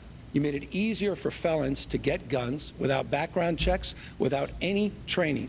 These people pleaded with you, the parents and the families, to get tough on gun safety. And again, you made it easier for felons. He said of you, Ron, and I agree with him, after you signed that concealed carry bill, which increases the likelihood, Fred Gutenberg said, of more Jamies losing their lives and more Parklands, he called you weak, pathetic, and small. So with respect, I appreciate you're talking to police officers in the state of California. You may want to spend a little bit more time, not on the Ohio Trail and other places across this country. You may spend a little more time back in your home state and address the murder and gun violence in your own backyard. So this is the slick politician. You put up the rates. He has 500 per 100,000. Florida is 250. So that's almost twice as much. And he's trying to spin that to say California's doing good. People are leaving California in droves, largely because public safety has collapsed. They have, I mean, you go, when Californians come to Florida, one of the things they'll say, it's almost like an out-of-body experience. They can go to the store, get toothpaste off the shelf, pay for it, and leave, because in a lot of these places in California, everything's under lock and key because they basically legalized retail theft. They have chosen in California to put the interests of the criminals over public safety. They're easier on sex offenders. They're easier on all these crimes that are leading to a collapse in the quality of life. And if you just walk around San Francisco, you will see, and I think it's interesting. It's true. Gavin Newsom was mayor of San Francisco. So he took the San Francisco model, turned that into a template for California's collapse. Now the left wants to take the California model and use that as a template for America's collapse. We cannot let that happen. Wait, I got to, Governor, I got a follow-up question. You brought up Jacksonville, Florida, compared to San Francisco, is 126% higher. Governor, let me bring up your... It's 84% higher. The next question dovetails into this. It's 75% higher. What? Let me also say, what are you talking about when it comes to this? I know you like to jabber. By the way, those are all easily fact-checked. I know you like to lie. Anytime you're uncomfortable, he put the statistics up there. Those are all facts. Your crime is higher. What are you doing about we know the your gun crime is murder rate? higher. Gentlemen, we know. No, hold on, wait. You can't be like, what are you talking about, when you're basing your statement off of the literal stats that are showing up? What are you doing move about on. the gun murder rate in your state? We'll let the audience. We'll let the audience look at the numbers, the FBI numbers, and decide. According to the bro, why is the cameraman for Gavin Newsom's side falling asleep? Like, raise the camera angle, boy. Control advocacy group, Everytown for gun safety. Yep. Okay, California has the most as you support, I know, Governor, restrictive gun laws in the United States. Yes. Florida has the 19th most restrictive. Yet, if you look at the year 2019, when each of you took office, California has had 21 mass shootings. Florida has had 9. Now, that is okay. I do wish that this was adjusted for the population. I feel like that would be appropriate to do. According to a USA Today, AP, Northeastern University database data. Keep in mind, I also wish that they compared how many people died in those shootings too. I think that'd probably be relevant data. Now, I will say, for clarification to anybody watching this, while I do think these distinctions are interesting and that gun violence is a problem, make no mistake, gun violence is not a major issue when it comes to people who are dying in America. More people are dying from obesity alone than dying of gun violence. More people are probably died from COVID than from mass shootings. And I don't think that COVID really was something that we should have taken as drastically as we did. I don't know if that's the right verbiage, but just when it comes to this whole situation, though, it's important to remember that these are like man bites dog type situations. These are shocking and horrible situations when they happen, but they're not incredibly common. I have a whole video, I think it's called like Nanubi Confronts a Canadian on gun violence or something. But if you break it down with all causes of death, mass shootings particularly do not, by a long shot, make up for the majority of deaths in America. So while this is a problem that needs to be fixed, there are other problems that need to be fixed with more urgency when it comes to what's causing casualties in the United States of America. And yes, I am aware that a lot of children are dying from gun violence. I think it's one of the biggest causes of death among children, but it's still not one of the biggest causes of death in general. I think more adults die than children, generally speaking, but I could be wrong on that. Killing is defined as the intentional killing of 4 or more victims, excluding the deaths of unborn children and the offenders by any means within a 24 period of time. I believe, Governor DeSantis, you get this first. Why does exclude what California wants to do is they want to make it harder for law-abiding citizens to defend themselves. Then they go easy on the criminals who are perpetrating the crime. They don't stand up for the men and women of law enforcement. That's why a lot of people have left the state, because they don't get the support from the communities that they need. And, Gavin told another lie. He said we made it easier for felons to do. Felons are not allowed to possess firearms. That's federal law. That's been long-standing. No background checks. That is an absolute lie that he's saying like that. That has nothing to do with buying or purchasing a weapon. So that's just a lie. Second. Another lie. Is Newsom saying that he removed the need for certain background checks, which would raise a red flag if someone was a felon? Because if that's the case, I could see where Newsom is coming from, actually. Even if they're still on the books that says felons can't buy guns. If you're not doing a background check, then you're not really even going to know he's a felon. That's coming up. But here's the thing.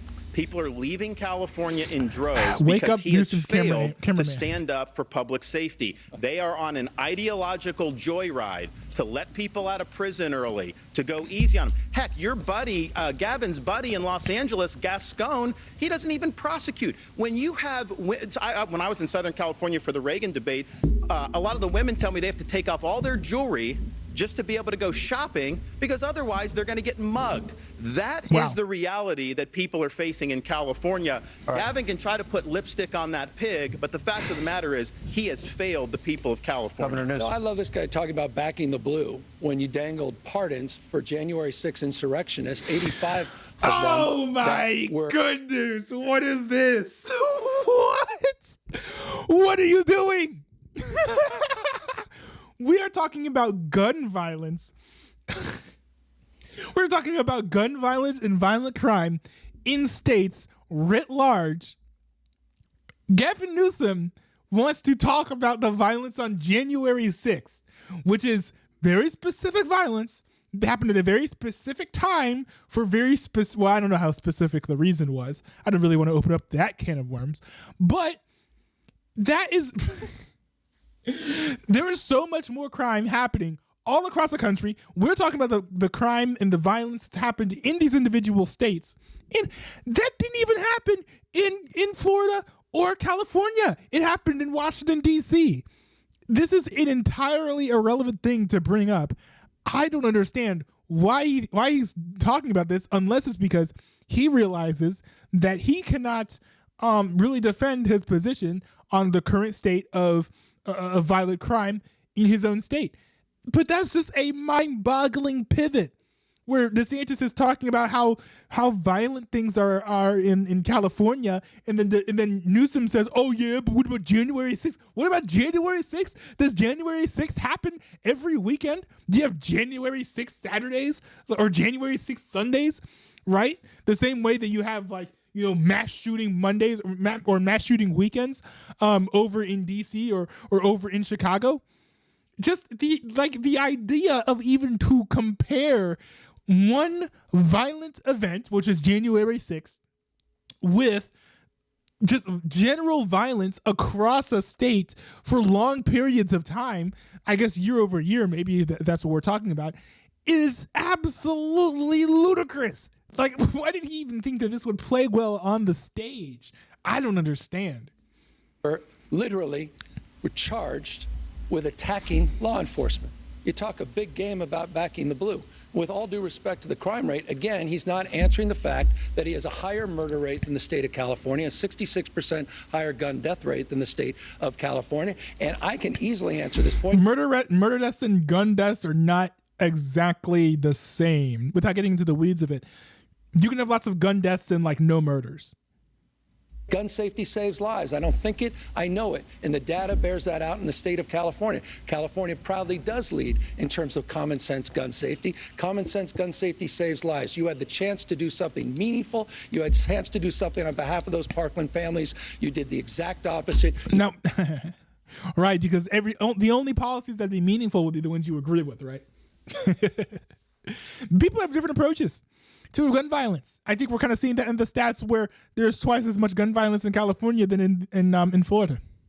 You moved in the exact opposite direction. With all due respect, look at your own backyard, Ron. So You're not mining your backyard on this issue. I will do that because we have we had two radical left Soros district attorneys, like your buddy Gascon in LA, one in Tampa, one in Orlando. They were endangering the public, and I removed them from their posts. Gavin Newsom has not lifted a finger to rein in Gascon in LA. That city has collapsed. That county's collapsed because he is not enforcing the law. So that's just and here's the thing. This is what's happening. That California model, we're a little over time in Philadelphia. He's pointing out how things are going poorly in that city. You can't be like, oh, you can't point out how bad things are going in LA. It's a great American city. Like, what? I mean, you could use that logic for California. Oh, it's a great American country, great American state. Or you could say that about Florida. Oh, it's a great American state. That doesn't make it immune from criticism. Does that mean you can't just point out things that are going wrong in a state when things are going wrong in that state? It's absolutely ridiculous. 15 seconds. We got to go break. Come on. I mean, you're running for president of the United States. You're talking down the great state of California. You're talking down one of the great American cities, Los Angeles. That's insulting. And you're doing it because you're trying to obfuscate the facts. Hey, if you don't want to be insulted, maybe do a better job. That you have a higher murder rate in the state of Florida and the state of California. We got to take a break. Some of the lowest crime rates we've had in 50 years. We'll have more with Governor DeSantis, Governor Gavin Newsom on the other side as we continue the great state debate, blue versus red. There's hardly any differences. A lot of ground to cover. Thank you for being with us. We are in beautiful Alpharetta, Georgia. Thank you for joining us on It's like a 30-second ad break. Maybe this is just not getting captured in this timeline, but we all. Oh, wow. Welcome back to Hannity, the great red state, blue state debate. We continue with Governor Ron DeSantis of Florida, Governor Gavin Newsom of the state of California. Gentlemen, let's turn to the issue of parental rights. Now, in March of last year, Governor DeSantis, as you know, you signed the Parental Rights in Education bill. And let me read from it. It says, classroom instruction by school personnel or third parties on sexual orientation or gender identity may not occur in kindergarten through grade 3 or in a manner that is not age appropriate or developmentally appropriate for students and according with state standards. Critics have I called will the bill, say quote, that, homophobic. like, among other policies to curb wokeness in schools that I've seen in Florida, this is unhelpfully vague. Unhelpfully vague. If you can say, oh, we ban everything that's inappropriate. Well, what does inappropriate mean? You could have some woke, as Jordan Peterson would call them, a woke moralist, come over here saying that, like, teaching about, like, Christianity or whatever is inappropriate, right? So, not to say that schools should be preaching Christianity, but you can label something as inappropriate arbitrarily, and you can label something as appropriate arbitrarily. So I think that adding that language in there is unhelpful. This is the one they branded the Don't Say Gay bill.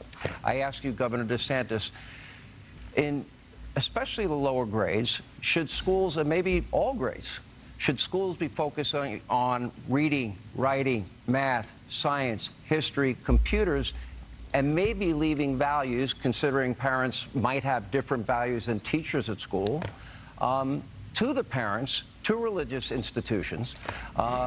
Or is it the role of the school? What is the role? The role of the school is to educate kids, not indoctrinate kids. It's not to impose an agenda. It's to do the basics. And what we've said in Florida... we disagree on that front. But I think we do agree on how things should be, right? The goal of states shouldn't be to preach various values and impute them onto the children. Florida it's inappropriate to tell a kindergartner that their gender is a choice. It's inappropriate to tell a second grader that they may have been born in the wrong body. Now, California has that. They want to have that injected into the elementary school. My wife and I have a 7-5 and a 3-year-old. We don't think that that's appropriate. And I know most parents do not think it's appropriate. It's also important to respect parental rights to know what curriculum is being used in the classroom, and everything should be age appropriate. I actually have something that I brought that some parents have objected to. So this is a book that's in some of the schools in California. Florida, this is not consistent with our standards. TOS? No. Even if it is TOS, I think that actually makes his point. But, like, hold on. What's the shoot? I know I have a. Hold on. Also, why is this? That shouldn't be broken. I guess I don't have a. But I don't have an alt. Okay. Yeah, this might be TOS. Hold Called on. Gender Queer. Some of it's blacked out. You would not probably be able to put this on air. This is pornography. It's cartoons. Okay. It's aimed at children, and it's wrong. So this should not be in schools.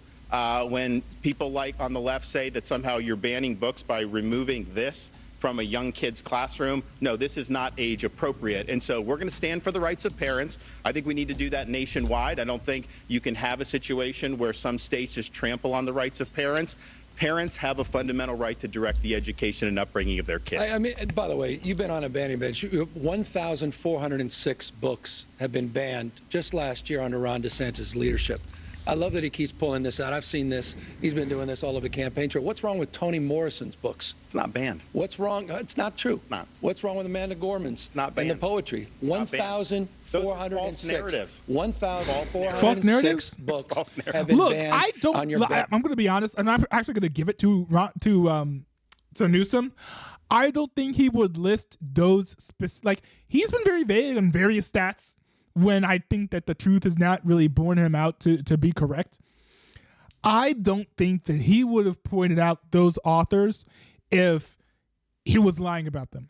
I think those books probably are banned. I think that Ron DeSantis, I get the impression that he has this knee-jerk reaction saying, no, he's lying, without necessarily thinking. I actually think that Newsom is probably right here.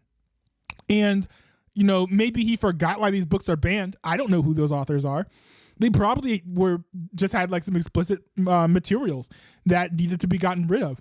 But you can't just have a knee-jerk reaction and say, oh no, this random person that you mentioned, those books aren't being banned. It's the wrong way to go. banning binge in the state of Florida. As it relates to parental rights, come on, California, it's in our Constitution, parental engagement. It's called the LCFF process. We actually require parental engagement on curriculum development, and we don't. Complete lie. We don't require K through third grade sexual education. That doesn't happen until middle school. What you're doing is using education as a sword for your cultural purge. And you know what? With all due respect, you know, I remember in the 1970s. In the 1970s, this whole time that he's going on, he's not putting out how the illustrated child porn is bad to have in schools. I find it interesting that he kind of just glazed over that. We had a bill called the Briggs Initiative, and there was a guy by the name of Ronald Reagan so offended by the Briggs Initiative, which was the original Don't Say Gay bill. In that case, it was not allowing teachers that happened to be gay to teach. And Reagan had the courage to stand up, and he said, you can't catch gay like you can measles. I don't like the way you demean people. Yeah, because, what are they called? Yeah, because social contagions aren't real, right? No one is influenced by the behaviors of other people. That's not a thing. That's pseudoscience. Come on, guys. I don't like the way you demean the LGBTQ community. I don't like the way you demean and humiliate people you disagree with, Ron. I really find this fundamentally offensive, and this is a core value that distinguishes the values of my state and, frankly, the vast majority of Americans against the weaponization of education and the purging that he's advancing. I have a follow-up question for you, though. And by the way, first, Governor, yes or no? Are the book banning issues, is that not a state issue? Is that a state issue or a local issue? It's local, and he's okay. That's all I want to know. The home book wasn't there. Here's the question I have. Here's the question I have for you, Governor Newsom. That's a good answer. Also, by the way, that should be a local issue. It should really be the parents in each district determining which books are banned and which ones aren't. The books you're talking about, one is called, the governor just brought it up, it's called Gender Queer, a memoir. Explicit pornographic book showing sex acts. Another, Flamer, graphic book about young boys performing sex acts at summer camp. This book is gay, a book containing By the way, now I'm not going to get too explicit with this, right? I'm a clean Christian streamer after all, but I think that a whole discussion needs to be had about, and I think Republicans need to be asked this question: is does sex ed belong in schools? Because much of the rationale for banning these sexually explicit books is it's portraying all of these sex acts. And while yes, that type of content should not be in schools, you also need to have a conversation of much of these books that are extremely explicit are LGBT themed. Are you saying that teaching children to do heterosexual sex acts is fine, but homosexual sex acts is not fine? I think that's something that conservatives generally need to ask. And also they need to be asked, is it the role, my B-reel is going off, so I guess I should do that. But is it the role of the state to teach children how to have sex? Or is that the role of parents? My personal position is that sex ed should be left up to the parents and shouldn't really be in schools. But if it's going to be in schools, if it's going to be the role of schools, then you're left being a little bit less consistent when it comes to what you want to allow and what you don't want to allow. You don't want to have a book that shows explicit homosexual sex acts, and yet you do want to allow children to at least know about how to perform heterosexual ones. That seems to be a bit of a double standard. I think for the sake of allowing parents to raise children how they wish, some parents don't want their kids to know much about sex at all until maybe they're done with high school. Maybe that won't necessarily work, but I think it's the parents' rights to raise their children how they like in that regard. If parents have kids, they know enough about sex to have kids at least. So I don't think that parents, I think, are usually at least relatively equipped to teach their children about sex, to a certain degree. So just allow parents to raise their kids, right?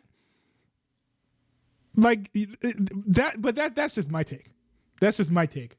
Some right-wingers, of course, would be more apt to be like, no, just teach kids the sexual acts that I'm okay with, but not the other ones. On the ins and outs of gay sexuality. Let me finish. Let's talk about it. A book that contains graphic descriptions about how to masturbate for males and females. My question to you, Governor Newsom. Okay. Books. Do you believe So much that's for the appropriate clean for stream school there. districts to teach kids? Yes or no? Come on, those aren't not. It's not part of the curriculum. They're not teaching those kids are that. Those are books that were in school. Hold on. The bottom line is you are on a book banning binge. Your state. 1,406 books, 3,362 in this country. You didn't answer. Florida's what about leading, those no, books? Florida. That's not. We don't provide for K through third grade education that kind of curriculum. It's just made up. I am glad that he's pointing out actually that like they're not giving this stuff to toddlers. I think some Christians or some conservatives hear, oh, they have sexually explicit books in schools, and they run away with it, thinking that they're like giving these books to like 5-year-olds. I think maybe in some rare cases they do, but that's not the norm. I like that he is laying it out that these sorts of books are only given to children at certain ages. Now, whether that's right or wrong, that's certainly a different discussion. But we shouldn't pretend that like these are being given to children of all ages. These guys make it up. It's part of this cultural purge. Should it it's be? Just a What grade would it be acceptable? What I find offensive, Sean and Ron, what I find offensive is a very significant number of these books happen to be LGBTQ books. A significant number of these books happen to be about African Americans. Do you think it's honestly Governor? I told you, it's appropriate in school? Man, why's it got to bring us into it? Why? Dude just brought up like black people for no reason. What did he say? A number of these books happen to be LGBTQ books. A significant number of these books happen to be about African Americans. Do you think it's honestly Governor? I told you. I don't know if anyone's saying that these books need to be banned because they were written by black people. That's like a wild thing to just throw out. It's appropriate in school. We don't teach that. We have sex education in middle schools and high schools where it's appropriate. This is a ginned up, made up issue to divide this country. Oh, okay. Well, leave it. I'm going to state my position on this and let me know in the comments what you think. I think if you're going to have sex ed in schools, it should not be in middle school. Should not be in middle school. Let me know in the comments if you agree or not. But that I think is too young in my opinion, especially for the school to be butting in. Parents can teach that if they want to their children, but like middle school, it's kind of early. You talk about dividing this country. This is part of the culture war, the weaponization of grievance. This is part using education. We're focusing on math, science. We're focusing on reimagining our school system. We're going to get to education He's criminalizing teachers and criminalizing. Newsom does make a good point too that you can focus on multiple things at once in schools. You can be introducing children to all these woke ideas while also being focusing on reading, writing, and arithmetic. Now, if you start going down that road, you'll very quickly be pit into a corner because most public schools are doing an awful job when it comes to especially math literacy rates and reading literacy rates. Like those stats are plummeting. The students in the public school system are generally floundering. I don't even know if in Florida they're doing that well. So, you don't really want to be bringing up how you're focusing on things other than wokeness. California, they've used the schools to impose a liberal agenda, social justice. They have this ethnic studies. Also, this I was thinking about this earlier today when it comes to these books. Like, I remember when 50 Shades of Grey, the movie, came out, and there were banners in the local school library saying like, oh, like for the hype of the, because like for the hype of the movie, usually we go to so we go to a library, they will hype up the book that's based on the movie, or the movie that's based, or the book that's that the movie is based on, and they'll be like, oh, check out this book. Well, I think that there were banners in the local school library saying like, oh, 50 Shades of Grey, we've got this book here. Now, it was in the adult section of the library, But I mean, I think that 50 Shades of Grey was there, and that is, at least as I understand it, a sexually explicit book. So the idea that things need to be banned from school libraries entirely, I think is a little bit silly when you have adult sections. Now, maybe there are some sort of regulations as to like how old a person must be to pick out an adult themed book or a book from the adult section. I could be wrong that there's, limited regulation about that. I will say that's different than some anecdotal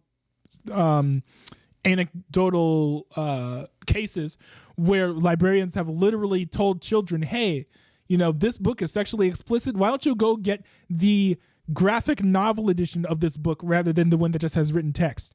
That is a little bit different. I know that's an anecdote. I don't know how often that happens. But, if adults are going to be in the adult section of a library, they should be allowed to access the adult books. And whether or not that is something that people should be consuming is an entirely different discussion, but we're, a nation built on freedom, right? So, just because something is morally questionable when it comes to, whether that's something one should be sharing or reading, if adults are going to engage in it, like, that's entirely different than saying that kids should not have access to it.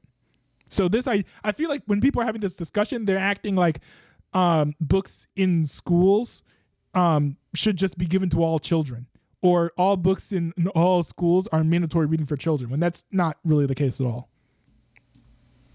People, that's what they're doing. But let me just say something about parents' rights, because he says California respects parents' rights. This is rich. He's been telling a lot of whoppers tonight. This may be the biggest. In California, if you're a parent in Iowa or New Hampshire or South Carolina, your minor child can go to California without your knowledge or without your consent and get hormone therapy, puberty blockers, and a sex change operation, all without you knowing or consenting. How in the heck is that honoring parents' rights when you're bringing people from out of state to go around their parents' backs and getting life-altering surgeries? That is radical. That is extreme. Yeah, but you know what? I will actually make this point though. He's right? Like, that's a terrible policy. However, there are so many states that will not let you do that. It is your duty as a parent, I think, to raise your children in a state that will be that will allow you to raise your child appropriately. If you're the kind of person who doesn't want your kid to transition to a different gender medically, or at least attempt to, you can't really change your biological sex. It's your duty to move to a different state. It is. That's just my opinion. If a kid runs away from home, well, maybe you should have a little bit better safeguards to keep your kids from running away. But like, if you can't raise your kid in California and then be mad when your kid goes trans, like, and then like decides to undergo like HRT or something behind your back. Right? Be like, oh, it's crazy that the state lets you do that. Yes, this is a very well-known feature of your state, right? That's like going to California and whining and complaining about high taxes, right? It's part of the law. If you want to have a different experience raising your children, you should go to a different state. Whether or not that those policies are wrong is completely different. But to act as though you have some privilege to live in California while being exempt from their morally dubious policies is a bit silly. That is an assault on parents' rights. You know what, Ron? It's not for you to decide. It's for the parents to decide. And the parents do not want their kids going to these other things. Let me go to a follow-up. Let me stay on a follow-up. Let's turn to the issue of education. Decency and humanity and grace. Decency of ripping somebody away. Gentlemen, okay, we're talking about allowing mutilation for children, and he's going to talk about decency. Okay. Their family, nobody can hear you. That is wrong. That is wrong. I'll tell you, all right. That should not stand in this country. Let us turn, gentlemen, if I may, to the issue of education. Here is public school spending per K through 12. There's an ad break. How long did they talk about this? There's an ad break in 1 minute. Students, according to the Education Data Initiative from the U.S. Census Bureau and National Center for Education. Florida spends nearly $12,000 per student, while California spends over $16,000. Florida is ranked #1 by U.S. News & World Report. In terms of state education rankings, California ranks 20th. Governor Newsom, what is your explanation? You spend more money and they have better results in Florida. Why? I told you what I'm doing in public education. We created a brand new grade, pre-K for all. We're doing after school and summer school for all. We're reimagining the school day, not just the school year. We just provided 3.4 million of our students upwards of $2 billion for child savings accounts and the opportunity to start businesses when they graduate. We have one of the best records under COVID, during COVID. And again, you didn't answer to the fact you had more learning loss. Ron DeSantis had more learning loss during COVID. Oh, that wasn't grade an ad break. reading, I guess fourth maybe it was grade just math, scheduled. 8th grade reading, 8th grade math. We outperformed you in every. It's a fact during COVID in every one of those categories. I can't wait to get all the PolitiFacts tonight because Ron, you keep denying some basic fundamental facts on health, wealth, and education. We outperformed you during COVID. You talk about things to apologize. You should apologize for your COVID record. You were with Fauci. You aligned with vaccines. You aligned with CDC guidelines until you didn't, and tens of thousands of people died. Let's return our focus to education. Well, when we opened the schools, we bucked all of those people June of 2020. He kept the schools closed for a long time, and that had devastating impacts. Yeah, we've already been over all of this. Gavin Newsom does in California is kowtow to the teachers union. Whatever they tell him to do, he does. He will never balk the teachers union. That's why the kids were locked out of school for so long. Joe Biden is in the pocket of the teachers union, and so is Kamala Harris. That's why they fought school openings when he came in there. It's Kamala when they had Harris, that in. Ron, it's Kamala Biden came Harris. into office. What? Yo, this is a name that's commonly mispronounced. Why you be like, shame on you for saying someone's name wrong accidentally? Fox News still hasn't gotten Vivek Ramaswamy's name correctly. Right? Some people say Vivek Ramaswamy. No one here's one around being like, oh, shame on you for getting the pronunciation wrong. There are names that many people get wrong. Many people get my real name wrong when they try to pronounce it for the first time. So like, to say like shame on you, as if he's doing something, as if he's doing this intentionally.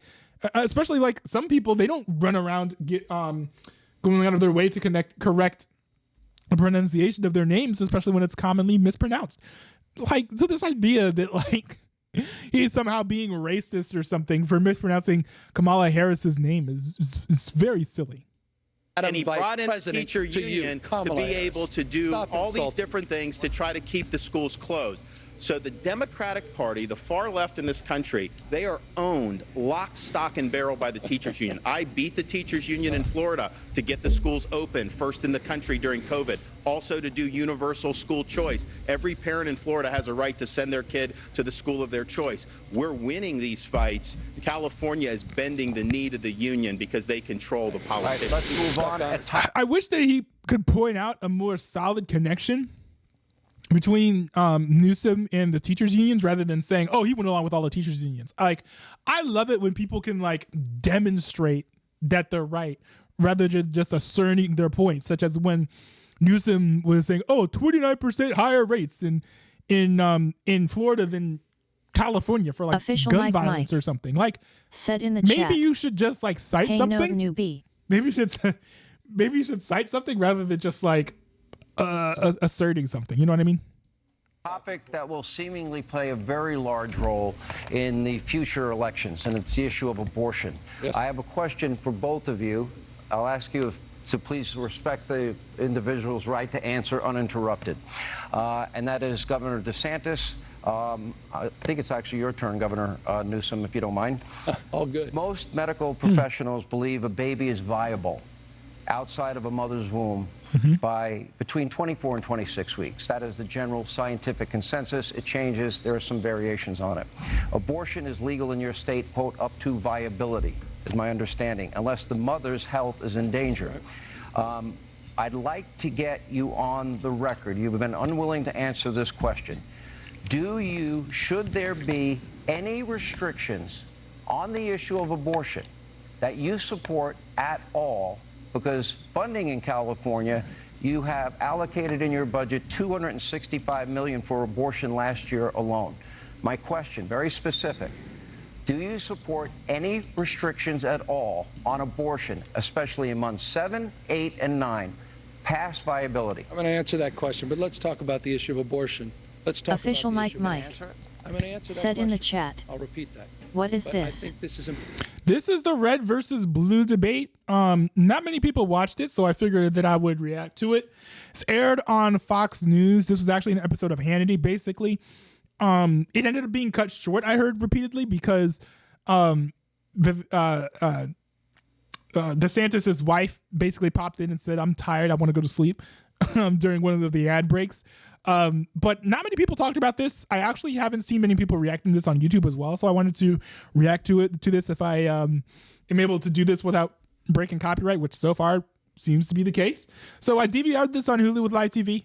I'm reacting to it now, and just wanted to give my take on it, and also give people an opportunity to see some version of this on YouTube if they haven't had a chance to see it already.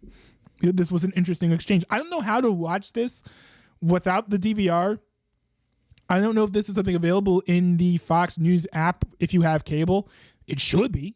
Fox News should offer a way to watch this on demand. But yeah. Let me run this back because I do want to be able to hear what they're saying. In the chat. I do have the volume. That's why if I run for politics, I am not married. That would hurt your chances. People would accuse you of being gay. Like, look at what happened with Tim Scott. I don't think that would be a smart move in America. Traditionally, a candidate in America has to be married in order to succeed, at least as president of the United States. Past viability. I'm going to answer that question, but let's talk about the issue of abortion. Let's talk about the issue of abortion. You're going to answer it? I'm going to answer that question. I'll repeat that. But I think this is important, and it bears repeating. Ron DeSantis has signed the most extreme anti-abortion bills in America. He signed a bill banning any exceptions for rape and incest. And then he said it didn't go far enough. Didn't he ask about what his own position is on, like, when viability is? Like, come on. Decided to sign Just a answer the 6-week question. ban. Answer the question. Before women even know they're pregnant, Ron. Before women Official Mike access a doctor's said in the chat. Wait a second. Why? That's a retarded mandate. It's not a mandate. It's just how things go. Tim Scott was like basically the only unmarried candidate. He's basically the only unmarried candidate in the GOP. He had people started accusing him of being gay. So we started saying that he had a Christian girlfriend. The Christian girlfriend showed up at the end of one of the GOP debates, but that was not enough to garner support or even convince the GOP base. So he dropped out a couple days later. I don't know why that is. I think part of it is the expectation is if you're a single man, you are looking for someone to date or marry. So I think it creates the idea of you have a president of the United States who's going to be chasing women to a certain degree, and that is seen as undesirable because I think it's seen as a weakness, which it is. Although it's kind of silly in light of the fact that Donald Trump said in the chat, literally has then a just wife. say I'm a career-oriented person. Donald Trump literally has a wife, but still I think has cheated on that wife multiple times. But that's just how people perceive you, I think. People are going to be like, oh, he's married, so he's not going to be sleeping around while president. We see how well that worked out for Bill Clinton, but hey, that's generally how it's viewed. Far enough and decided to sign a 6-week ban before women even know they're pregnant, Ron, before women can even access a doctor's appointment. Okay, how are you going to get an abortion if you don't know that you're pregnant? Official Mike said in the chat. What is this? What if I go in with 2 hookers to a GOP? Well, they can't see me as gay, LOL. Yeah, but you'll lose the Christian vote, so.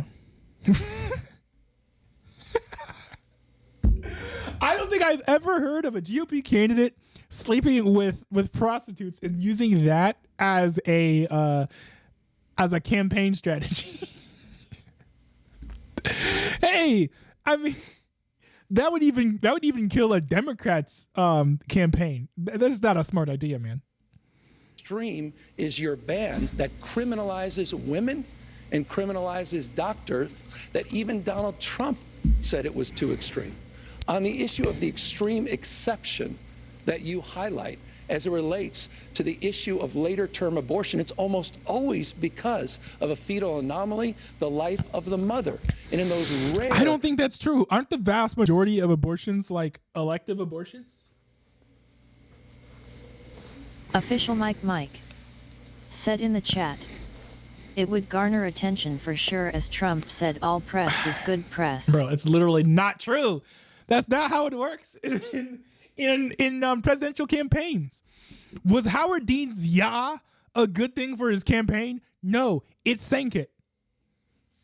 Was Nikki Haley failing to mention, what is it? Was Nikki Haley failing to mention slavery when it came to her being asked what was the cause for what was the cause of the Civil War? Was that good press? No. So not all good press is good press when it comes to running for president. Cases, I trust, and answer your question, I trust the mother and her doctor to make that decision. So in other words, I want to be clear on this. If a woman and her doctor, for any reason... Not for any reason. No. It's I'm asking, extremely rare. Should there this be... is a canard. I know where you guys are going, Sean. You're even uncomfortable with this whole issue. And I understand this is where you guys have to go to cover for the extreme anti-abortion agenda of Ron DeSantis. Should there be... Would you support a ban on abortion in 7th, 8th, or 9th month if the mother's life is not in jeopardy? Extreme exception. People aren't going on and having abortion. He's not saying yes or no. This is a yes or no type of question. So answer it with a yes or a no. Unless something devastating is happening, should it be illegal? It should be up to the mother and her doctor and her conscience. And it almost the answer is always, no restriction. I've already answered it, and I'll just reinforce it. To cover up, again, hold on, for the most extreme abortion ban in the country. I have a simple question, though. This is important. No. I'm asking the question. Ron DeSantis, will you or will you not sign... Official Mike said in the chat, hey, there are Discord moderators in the Democrat Party and their reputation isn't tarnished. Yeah. It's true. I mean, I will say some of that is either not particularly proven or not particularly well known, or it's not necessarily believed. Most people who are outed for that kind of thing usually get arrested before they even have a chance to plead their case with the American people. Like, I've seen that happen in some lower levels. So yeah, no. I mean, it's not like I don't know who you would use an example. It's not like Cornel West is running around sleeping with like 12-year-olds and getting away with it. Or like, I don't know. It's not like Gavin Newsom is doing the same thing, right? There are people who are on the Epstein's flight logs, right? Which is an entirely different discussion. Not a lot of people care about that, which I guess is maybe more to your point. Said in the chat, it's not like people are running around Bill blatantly Clinton is a sleeping with moderator children and same as Joe Biden, and suffering no negative effect on their political campaign. Mike, well, Bill Clinton is a Discord moderator, same as Joe Biden. See, all that stuff is either like not particularly well proven or it's not widely believed. Governor DeSantis, let's talk about your state. Answer that. He's getting saved. You had 15 weeks. Fundamental question. You had a 15-week rule in California. You reduced it to 6. My question is this. What was your thinking behind it? Was it for religious reasons? Was it for scientific reasons? What was the reason for you from going from 15 weeks to 6 weeks?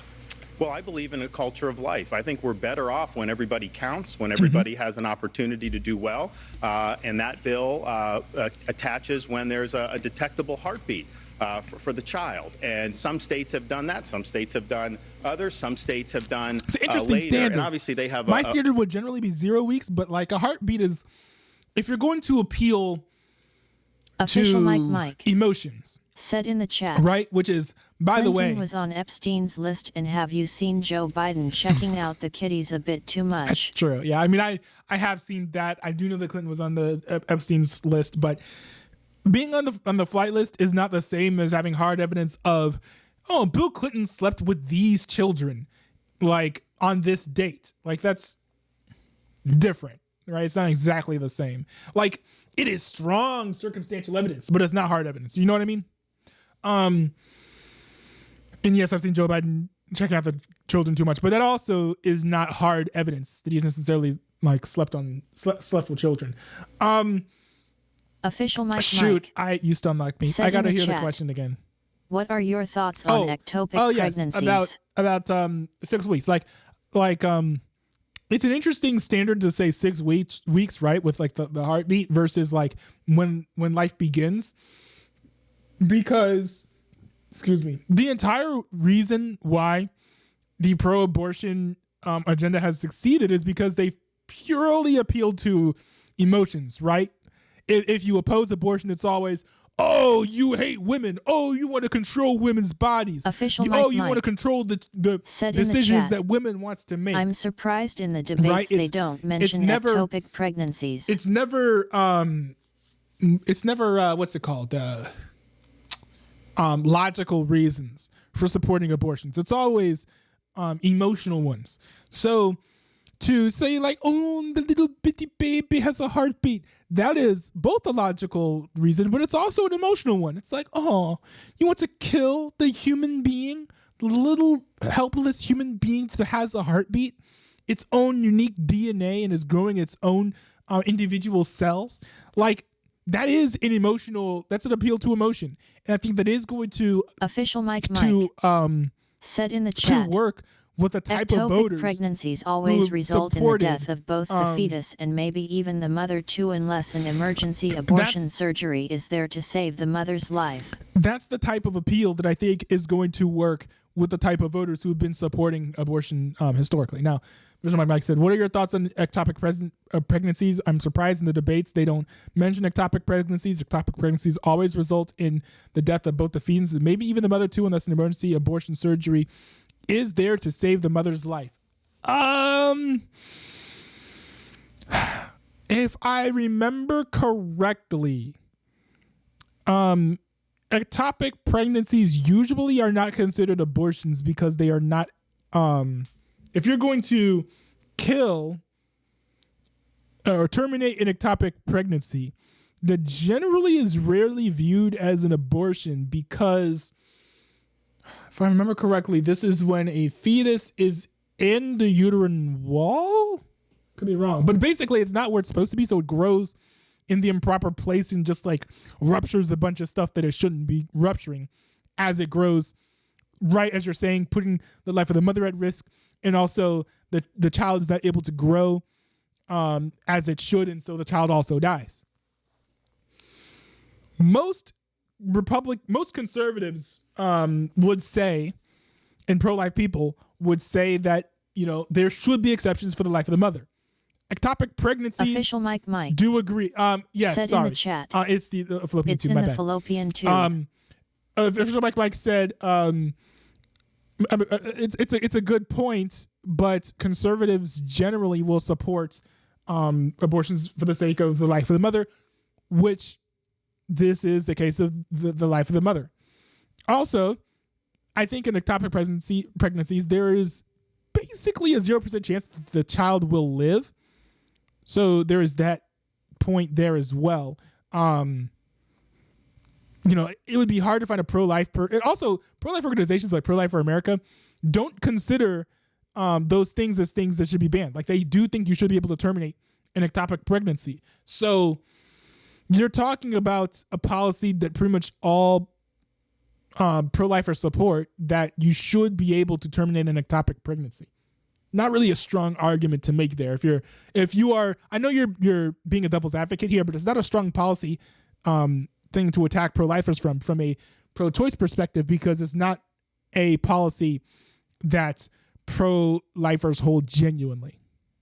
A right to do that. But I think about one of our Floridians, a lady named Penny Hopper.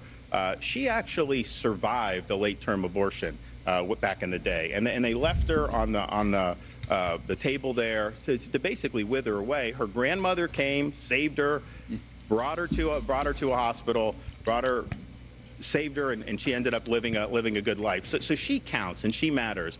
And I think that the position that we have from the modern left, including in California, is that they will take your tax dollars and they will fund abortion all the way to the moment of birth. He's wrong when he says the later terms are all because of this. 88% past 15 weeks are in fact elective from the Florida data. He doesn't keep data there. Official Mike really extreme. Said in the chat, we should talk about why people hate politicians whom aren't married. LOL, that's interesting. I explained it already. At least when my perception of it is, it's that you're not going to think that if you want to elect someone who's not compromised. If you have a straight now, I think the assumption is that most men aren't asexual, which is true. But if you have a single person who's in elective office, who's looking for a partner or is open to having sexual relationships, there is a possibility that person could be affected by outside influence. That is a weakness. Also, there's the perspective that person could be slipping around, which you don't really necessarily want. At least that's not what most voters want. So I think it's generally those factors. It's not a thing of where it's like, oh, being spouseless as a candidate is stupid and dumb. Like, no, it's not that. To take your tax dollars and Official to do Mike this Mike all the way up said in the to chat, moment of birth. He didn't answer your what if you question just simply about can't find a good woman? I think most people would just view that as a skill issue, to be honest, especially the majority of the voting electorate in the United States. Like, most people are not as young as you or I who are voting, right? Let's be fair. Also, most people who are running for president are at least twice as old as both of us. They grew up in a time when it was easier to find a spouse. Also, you have to consider that the majority of people who are running for president are Christian, what if he's or they a Catholic claim to be pastor? Christians. It He is can't be easier married if as a that's the Christian, case, I think, to LMAO. find a spouse than it is as a non-Christian. So there are many factors where you can't just be like, oh, well, it's hard to find a spouse if you are the age of these people who are running for president. type of protections at all for a baby that has a beating heart, that can feel pain, that is viral. Hold on. Respectfully, this is an important conversation. Will you or will you not support You didn't a answer, national? Sean. Why didn't you answer or will his you question? not support? Let me rewind because support I kind of missed some context. I've been stun locked by you for like 10, 15 minutes. Also, Flamin' Hot Cheetos, pretty fire. Do this all the way up to the moment of birth. He didn't answer your question about any type of protections at all for a baby that has a beating heart, that can feel pain, that is viral.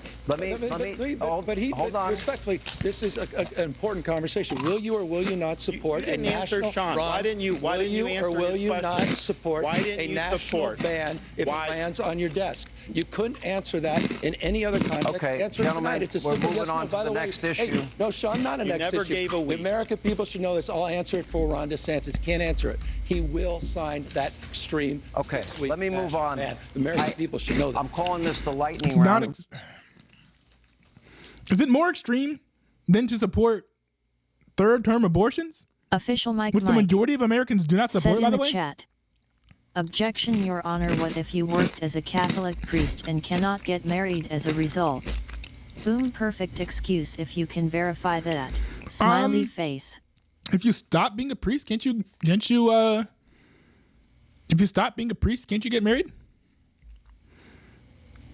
Also, there are a fair bit of priests who aren't necessarily celibate.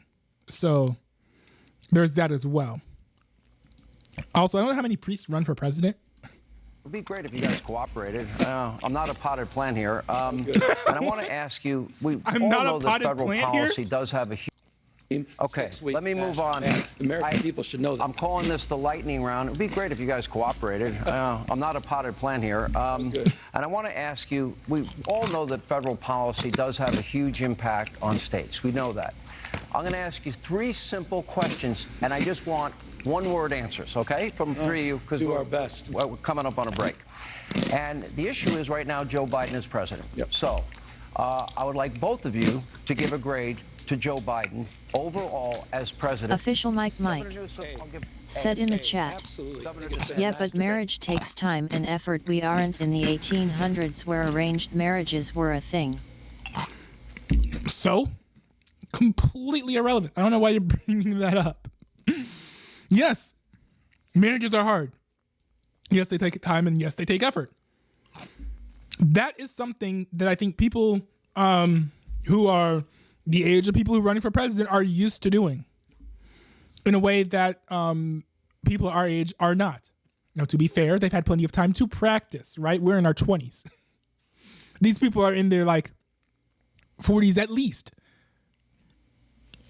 Now, to be fair, I think Vivek Ramaswamy is in his 30s. But, I mean, hey, it was a completely different time.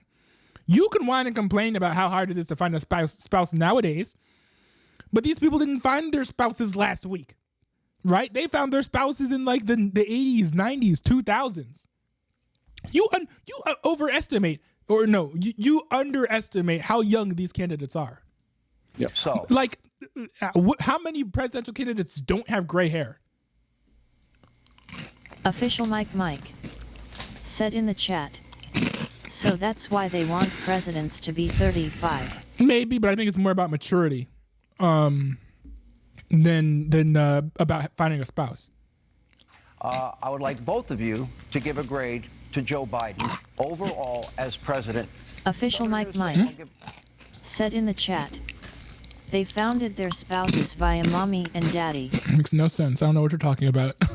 An A, absolutely. Governor I think it's been a master failed.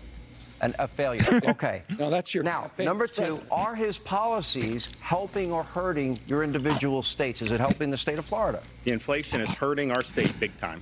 Grade. Fail. He failed. He's failed on the economy. The guy just took Is it helping $28 the million state of from the California? Science and Tech Act. Thank you, Joe Biden.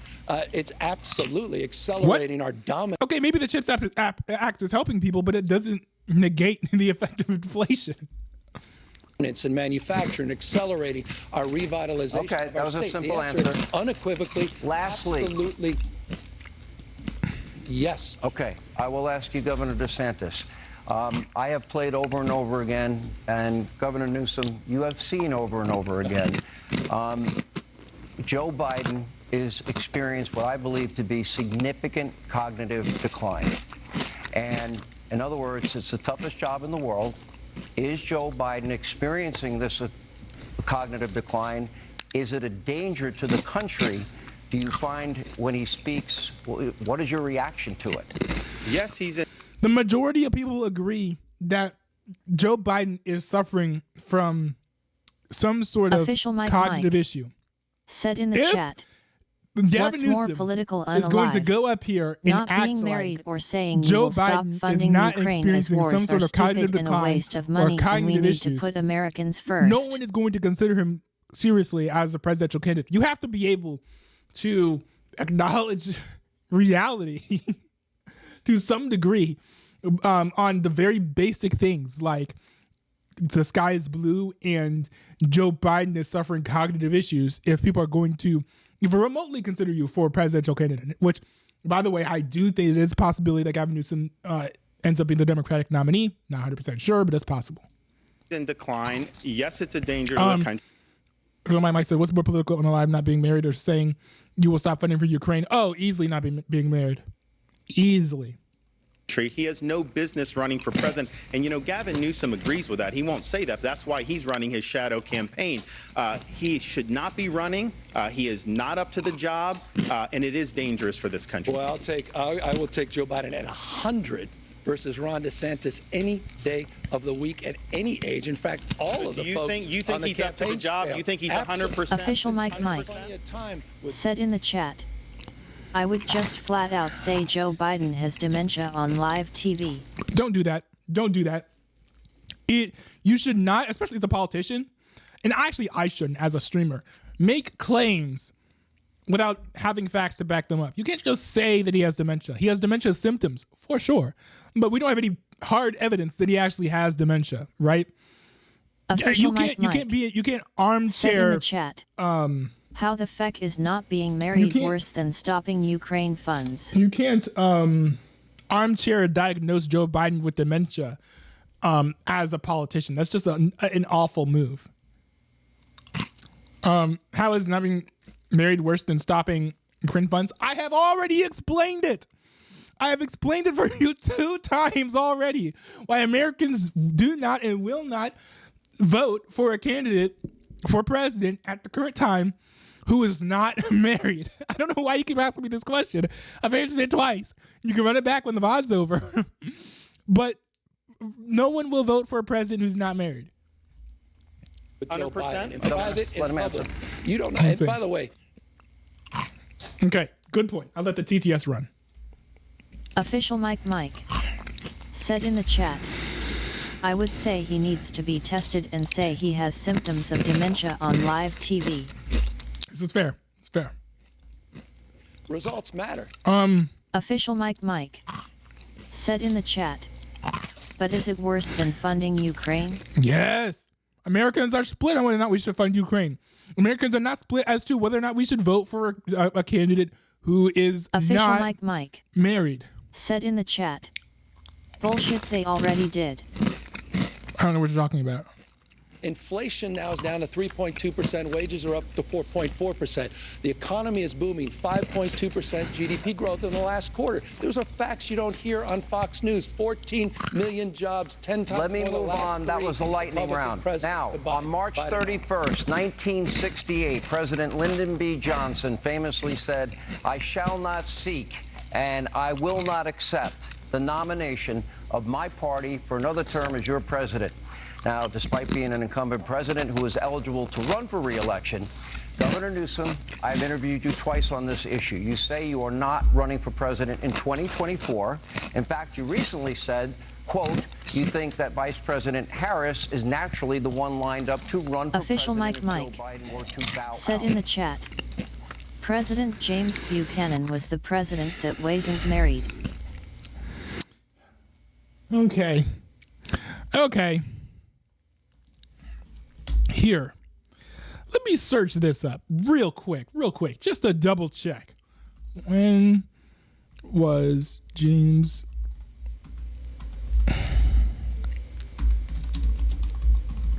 Buchanan elected as president of the United States? Okay. James Buchanan was president of the United States from 1851 to 1861. Were you alive from 1857 to 1861? Were your parents alive from 1857 to 1861? Do your parents have friends who were alive from 1857 to 1861? No, I'm talking about the state of the American political climate today. Not how things were in the late 1850s to early 1860s, okay? You can't use James Buchanan as an example of how a president can run for president while unmarried today and become elected. This is a horrible example. Governor Newsom, tonight I ask you, will you make an LBJ-like statement? And Governor DeSantis, you say he's running a shadow campaign. In your response, I would like you to answer that. Will you say unequivocally, under no circumstances are you running? Correct. I've said, I don't know how many times I can say. Yeah, he said it already. Yeah, give DeSantis credit. His actions aren't backing what he's saying. Official Mike but he has multiple times said in the chat, he's not ready for president. Just saying he wasn't married and it would be been so bad back then. I mean. Official Mike said in the chat, today we are more liberal. It's true, but like. Official Mike said in the chat, Obama got married as he got elected. What? Is that true? Hold on, wait a second. Is that true? I thought for sure that they were married already. Hold on. When did Obama get married? Because I don't remember the nationally televised presidential marriage.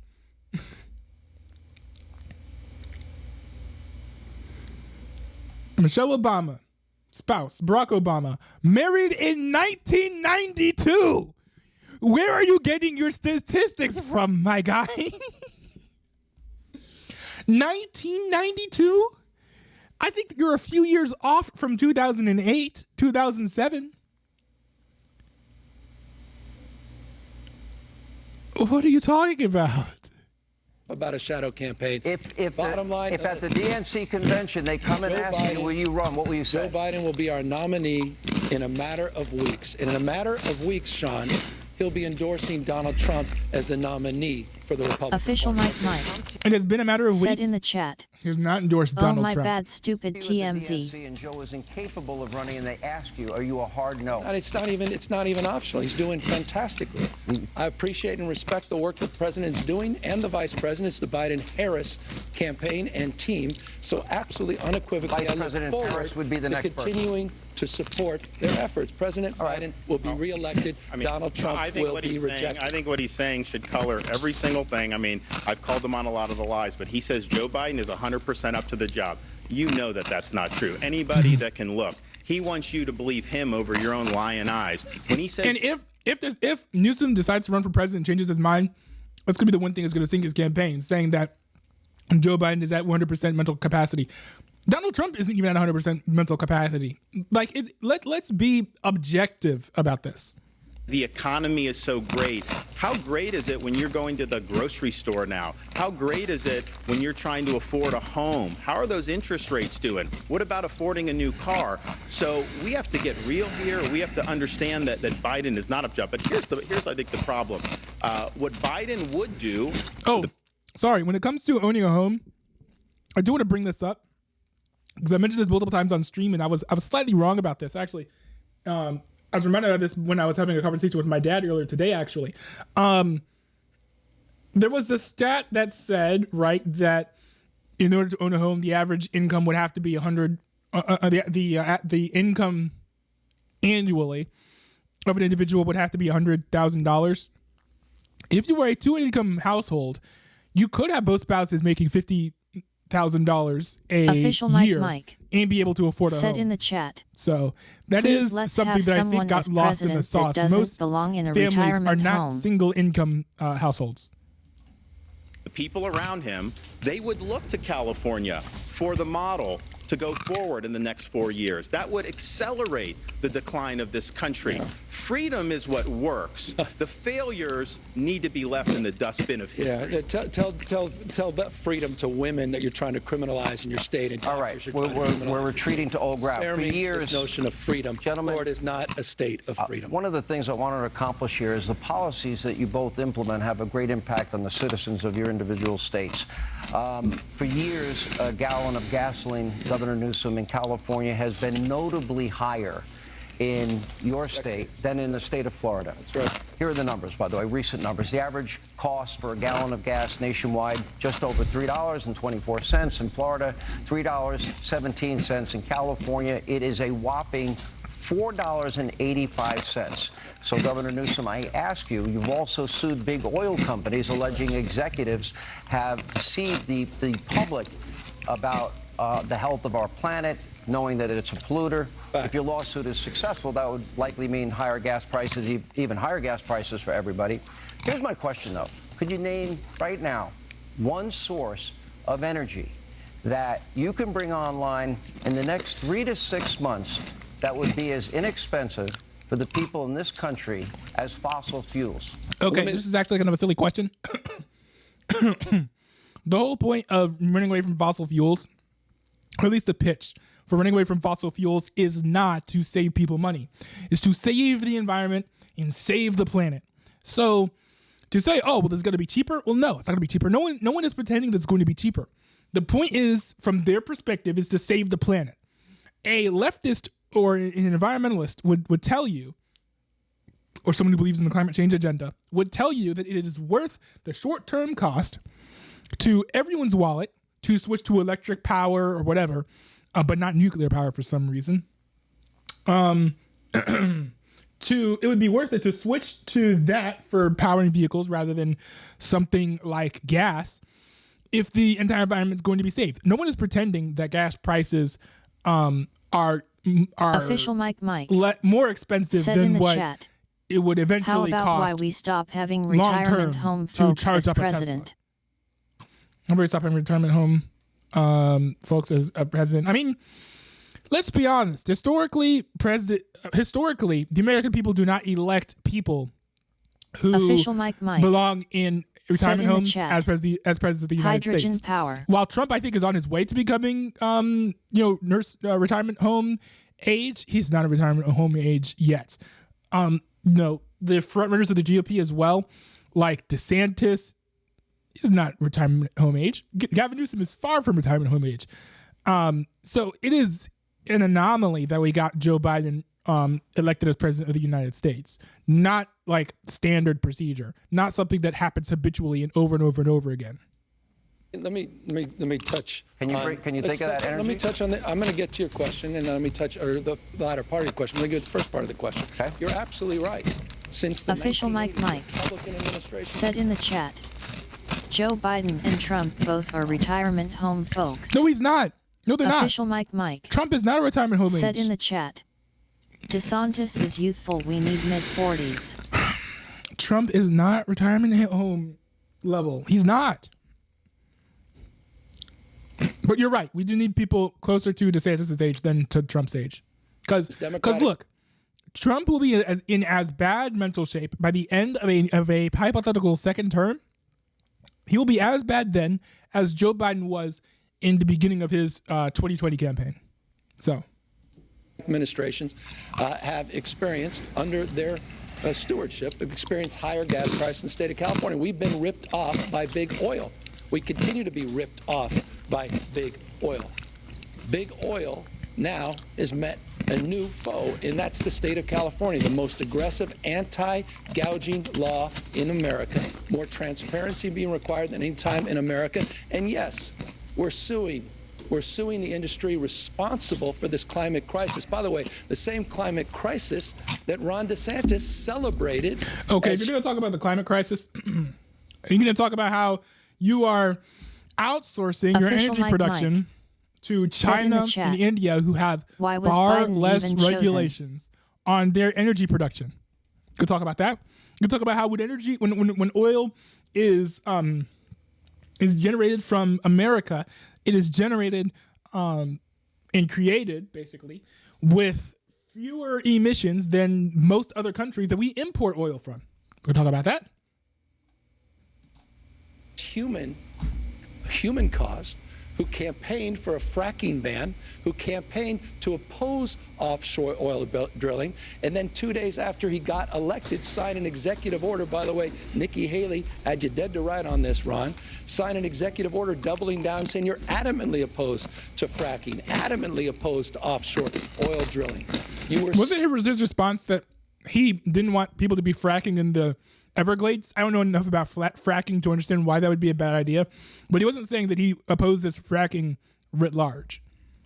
Celebrated by the Sierra Club for that action until you weren't. Once again, it shows the hypocrisy of Ron DeSantis. Now you're running away from climate change as things have gotten worse. Hurricanes, wildfires, droughts, and floods. $179 billion of weather-related disasters, and he has no response except... He is the governor of Florida.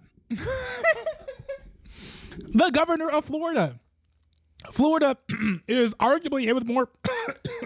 Sorry. Florida is hit with more natural disasters, arguably, than like the majority of other states in the union. What is he talking? Of course, there are going to be a lot of environmentally related disasters in Florida. Look at where it's located geographically. Now, I could understand if you're making the argument that over time, there have been more damages due to environmental disasters in Florida. If you look year by year, if you're going like maybe annually over the past 10 years or so, maybe adjusted for inflation as you do so. But you can't just be like, oh, well, you're doing a terrible job with handling the climate because you're the governor of the state of Florida and you get hit with hurricanes. Like, this is so stupid.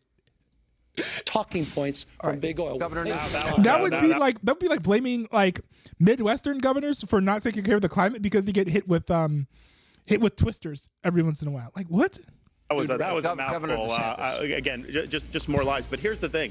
California is the only one that oil companies are gouging. Why aren't they doing that to Georgia or Florida or these other states that have lower gas prices? Because of their policies. That's why people are paying more there. What Gavin Newsom wants to do, what he's doing in California, what Biden wants to do nationally is government-dictated green energy policies. They want to kneecap fossil fuels and reliable energy. We've already seen what's happened in California. They have rolling blackouts. He actually implemented a mandate to buy. I've been hearing rumors about those rolling blackouts. Where are they happening? Because they aren't affecting any of the streamers that I watch, most of whom who live in California.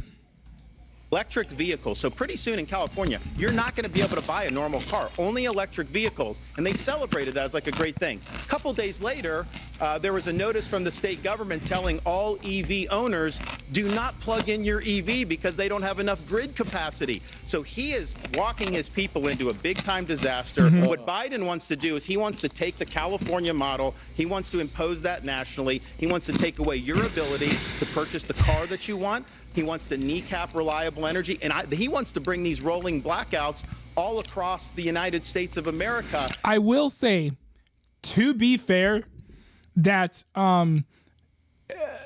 California is pretty bad when it comes to building up their energy infrastructure. The majority of states, I think, would be better positioned to support moving to electric vehicles than California. Also, over time, I'm expecting California to probably do a little bit better at building up their EV infrastructure than they have been in recent years. So I think it's a bit silly to be like, oh, look, California has rolling blackouts, so they can't support all of the EVs in their power grid. So other states won't be able to do that. I don't know what the basis of that would be. It doesn't work. An anecdote. It's going to cause huge problems. We have more energy here. We can be the dominant energy producer in the world, Florida. And that's what we're going to do. Florida is not a big energy state. We have the Marcellus Shale. We have the West Texas. We have all of that. So let's do that. No forcing electric vehicles. Official Mike said in the chat, California aren't the smartest people in the state. Well, I mean, yeah, they've been voting for Gavin Newsom. We'll continue the great state, red state, blue state debate. More with Governor Ron DeSantis, more with Governor Gavin Newsom as we continue. Thank you for being with us from Alpharetta, Georgia. Official Mike said in the chat, they don't think things through. Yeah, that's true. The day you get your clear choice. Nice. Welcome back to Hannity, the great red state, blue state debate. We continue with Governor Gavin Newsom, Governor Ron DeSantis. According to the Department of Housing and Urban Development, oh no! Did my DVR actually not get the entire debate? Did not get the end? Numbers for the homeless population in each of your states. It is a big problem around the country. In the state of California, it is 172,000. In Florida, it is 26,000. Now, the per capita numbers are pretty much the same. For California, It is 44 per 10,000 people, while Florida has 12 per 10,000 people. So, Governor DeSantis, I ask you, why the disparity? What are the policies you are implementing that is different from that of California? California is adopting leftist policies. Gavin Newsom was governor or mayor of San Francisco. He put out a 10-year plan like 20 years ago. He was going to end homelessness. Then a few years later, he had another plan. And now he says he's going to do, and it's only gotten worse. In the last 10 years in California, the homeless has gone up 45%. It's gone down in Florida 45%. But it's caused a huge problem with quality of life in California. The people that flee always bring up this. They've really empowered lawlessness and drug use. And, you know, Gavin Newsom at one point tried to say that California was the freedom. Official Mike like you're locking people said down. in the chat. Then I thought about it, he told Californians don't think things through. The other states don't. You have the freedom to defecate in public in California. You have the freedom to pitch a tent on Sunset Boulevard. You have the freedom to create a homeless encampment under a freeway and even light it on fire. You have the freedom to have an open-air drug market and use drugs. You have the freedom, if you're an illegal alien, to get all these taxpayer benefits. So those are freedoms. They're not the freedoms our founding fathers envisioned, but they have contributed to the destruction of the quality of life in California. Portland, Oregon is worse, by the way. I think Ruslan has a really good video about that. And the results speak for themselves. People are leaving the state because they have failed in addressing the homeless population. Well, I love the rant on freedom. I mean, here's a guy who's criminalizing teachers, criminalizing doctors, criminalizing librarians, and criminalizing women that seek their reproductive care. You're making it harder to vote. You're banning books. I mean, spare me this notion. Harder to vote? That's the only thing that I don't think that he's demonstrated as the case. How is he making it harder for people to vote? Of freedom. Ask the folks at Disney about freedom and free enterprise. Ask the folks at the Special Olympics that you threatened to fine with $27 million. Because they were discriminating against the athletes. Who goes after Special Olympians when it comes to the issue, Down syndrome. Ron, of homelessness? That is wrong. That's being a liberal bully. That's being a bully. Really? Wait a They second. had Down syndrome. Discriminating against the athletes. Who goes You wanted after those Special athletes to Olympians be when out it of there. comes to Kids the with Down issue, syndrome. Ron, of homelessness? That is wrong. These Special Olympics were discriminating against people with Down syndrome? I did not hear about that. That's When it being a comes to liberal this- bully. You know, That's being a bully. Really? They had Down syndrome, and you wanted to discriminate against them. $27 They million were discriminating fine to against Special because they were Olympians. discriminating I find that against the disgraceful. athletes. On the They issue wanted of to- That's insane. I couldn't imagine being a Democrat and trying to ding a Republican for trying to essentially sanction a sporting organization for being discriminatory against people with Down syndrome. It's not even a left and right position. Gavin Newsom would have done the same thing. marginalize the athletes, and you wanted the athletes marginalized. That was wrong what you did. These are kids with Down syndrome that just wanted to compete, I grew up and working you wanted them. adoption You wanted them special out of the kids. Special I've been Olympics. working with You're a Special liberal Olympians all bully. my life. You How wanted them dare to be. You How wanted them to dare be you, Ron. ostracized. You I don't think Ron does. Look. Gavin Newsom isn't like the greatest governor, but I don't think that he was support discriminating against Down syndrome athletes. Would he? You should Fine talk to Special Isabella Olympians from Florida. with She got to $27 participate million because in we fines. stood up for This her is the way rights. you treat. Oh, yeah, by the way, no, hold on. It's your no, turn. but let me say, Go. I can handle that. I can handle it. I'm used to that. But you know what? You wanted her your not to attacks compete. on the trans community, You your wanted attack her on the not gay to and lesbian compete. community. That's wrong. You attack She should have been vulnerable able to communities. compete. And you we stood attack up for women. them, and we made sure Again, they could Ron, compete. relax. I can handle it. I'm used to bullying. You're nothing but a bully. You're a I understand that. Intimidating and humiliating people, that's your calling Why card. did you want the And by Special the way, Olympians not how to be well able is to it going compete? for you? Why How did you well want is them this not to be able to compete? How well is this Why do campaign you not going? want them to be He's able not to going to let me compete? talk, so I I'll don't talk to the understand why American you would want to people. discriminate Again, against I'll an remind athlete with you, Down the syndrome. blueprint, He wanted them to be excluded for from the Florida Special Olympics. has put Ron DeSantis 41 points down Let's go to back. Donald Trump as you try to get tough. We said and that. out-Trump Trump. Let's go back to on the the issue of homelessness. homelessness. It's been an issue. I don't know how banning an Olympic organization for discriminating against people with Down syndrome is particularly a Trumpian thing to do. For decades, Official Mike decades in the making in the state of said in the California, chat, ever since we started LOL, this is like two kids Yeah, kind of. bickering. You're a bully. No, you're a Official bully. Mike You're a Mike bully. Yeah, it's kind of said like in that. the chat, you're a bully, no you.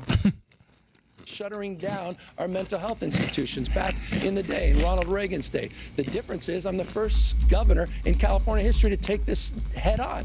We are investing unprecedented resources, more accountability. We've gotten 68,000 people off the streets, close to 6,000 encampments we've gotten off the streets. We've also invested in unprecedented resources in reforming our behavioral health system. Ron has literally the worst mental health system in America, forgive me, outside of Mississippi and Texas. And so with all due respect to being lectured on some of these topics, Ron DeSantis is not the one I'm going to be listening. 30-second response. You're, well, I'm looking at total time. Governor DeSantis, look, about this- 2 minutes. He needs it. This is a map of San Francisco. Yo! There's a lot of plots on that. You may be asking, what is that plotting? Well, this is an app where they plot the human feces that are found on the streets of San Francisco. Yo. You see how almost the whole thing is covered, because that is what has happened in one of the previous greatest cities this country's ever had. Human feces is now a fact of life, except when a communist dictator comes to town. Then they cleaned up the streets. They lined the streets with Chinese flags. They didn't put American flags there. They cleaned everything up. So they're willing to do it for a communist dictator. Official Mike but they're Mike. not willing to do it It's for a good their own. point. Said It's a in good the point. chat, because not everyone in Florida is doing drugs. After the Hamas terror attacks on October the 7th, we have seen what is nothing short of a disturbing outbreak of virulent hatred, anti-Semitism around the world, in the halls of our Congress, on American streets, on college campuses. Last month, outside in Sydney Opera House in Australia. We've seen it all over Europe, but in Australia, anti-Israeli protesters. Shoot. Yeah, I don't have the rest of the debate. Or I don't have the rest of the debate in my... Oh, wait, hold on. No, I got the post debate. Okay, never mind. Hold on. Literally in this day and age, chanting, gas the Jews, F the Jews. Official Mike said in the chat, wait, why was Trudeau's boyfriend in California? Or in the words of Congresswoman Tlaib, from the river to the sea. Israel, meanwhile, is vowing to eradicate the terrorist group Hamas. But according to a report in the New York Times this week, U.S. officials have warned Israel that they need more to fight more surgically in Gaza. Governor Newsom, 30 seconds for you. We have to cut back on time. All right. How can Israel win the war against this terrorist group using surgical strikes and directions from Joe Biden? I visited Israel. This is an interesting thing to talk about because we're talking. These are governors here. We're talking about how red states are red versus blue states, and yet the topic that we're talking about is Israel versus Palestine. Interesting. I met with families, hostages. I saw videos of children being killed in front of their parents, parents being killed in front of their children. I saw a beheading with a garden hoe. This is not complicated to me. This is a fight between good and evil. Hamas is a terrorist organization, and they need to be eliminated, not just for the people of Israel and Jews around the world, but for the Palestinians themselves. But when it comes to the issue of anti-Semitism, you just mentioned a lot of things that have been occurring on Ron DeSantis's watch. He said nothing. You're calling him anti-Semitic? Marching. I'm saying he countenanced anti-Semitism, and now he's official Mike said in the chat, easy. It's called a nuke. LOL. I wouldn't fund the Hamas or Israel. No, absolutely stupid. No nukes for Israel. Let's not do that, please. Gavin Newsom trying to ding Ron DeSantis on anti-Semitism is absolutely stupid when you consider that. And I bring up the evidence of this in my video about why I don't like Ron DeSantis. Said in the chat, yet people defend Hamas even though Hamas is Adolf a very Hitler. Heavy-handed piece of legislation that banned people from handing out anti-Semitic propaganda, like on sidewalks, basically, keeping them from proselytizing their anti-Semitism. Not saying I support anti-Semitism, but that's a strongly anti-free speech policy. You can call Ron DeSantis many things. I've even bordered on calling him a fascist at one point, but to be completely fair, you cannot label him as an anti-Semite. For the sake of fairness of time, gentlemen, you said nothing. Governor DeSantis, nothing on these issues. Look at the record. Governor DeSantis. Than a second Holocaust. They want to destroy Israel and wipe every single Jew off the map. Israel has every right to defend itself to the hilt. Biden should not be kneecapping them in any way, shape, or form. And by the way, Biden stranded a lot of American citizens over there. We're trying to get home. So I did an executive order in Florida, and we sent planes over to Israel right in the aftermath of October 7th. And we saved over 700 Americans, mostly Floridians, but not all, because Biden wouldn't do it. Finally, Biden started dumping people in Greece, and then they were sending a bill to the Americans just to get to Greece. Heard about that. If you come to this country illegally, they will pay to fly you all over the place. They'll put you up in a hotel at no expense. But yet our own citizens fleeing a war zone, they're going to send you a bill. Joe Biden official Mike said in the chat, I find it funny how people defend Hamas, yet Hamas borrowed Hitler's textbook. People defend Hamas because they're Marxists. Right? Okay, so, by the way, if you're talking with people about wokeness, don't say woke because it triggers them. And a lot of people like to pretend that there's no definition for woke. I'll make a completely different video about this at some point, but wokeness is Marxism. That's basically what wokeness is. People defend Hamas because they are Marxists. They assume that the smaller person, the underdog, the person that they perceive as being oppressed are by default in the right. So people say, for example, that like, Palestine is smaller than Israel. Israel's smothering Palestine. They are embargoing them. They're preventing, they're highly restricting the amount of goods that can go to and from from Gaza, all of this stuff, right? And they'll accuse basically Israel of being big bad bullies against Israel. Now, I will say this. I am doing a whole thing of Israel versus Palestine research to verify whether or not each and every one of those claims is true. Said in the However, chat, the one thing that people cannot be defend disputed Hamas because they is like that Hitler and Hamas's Stalin. entire goal for existing is to eradicate Jews from the planet. Their step one is to eradicate all the Jews from the Palestinian area, from the Palestinian region, which includes Israel. And then plan two is to then go running around killing as many Jews as possible. That cannot be disputed. Official Mike. And while said in the chat, while that is the case, I'm glad I left many my people, communist spy friends all behind. And while that is the case, many Marxists will support Hamas. Why? Because they have started multiple wars against Israel with the intifadas. From my understanding, right? I need to study them more closely. But as I understand it, started multiple wars against Israel with the intifadas, lost land in those wars. And because of that, they perceive them as being oppressed because they've been on the losing end of so many things that they've lost so many people due to casualties after, whether that be wars or whether that be terrorist attacks.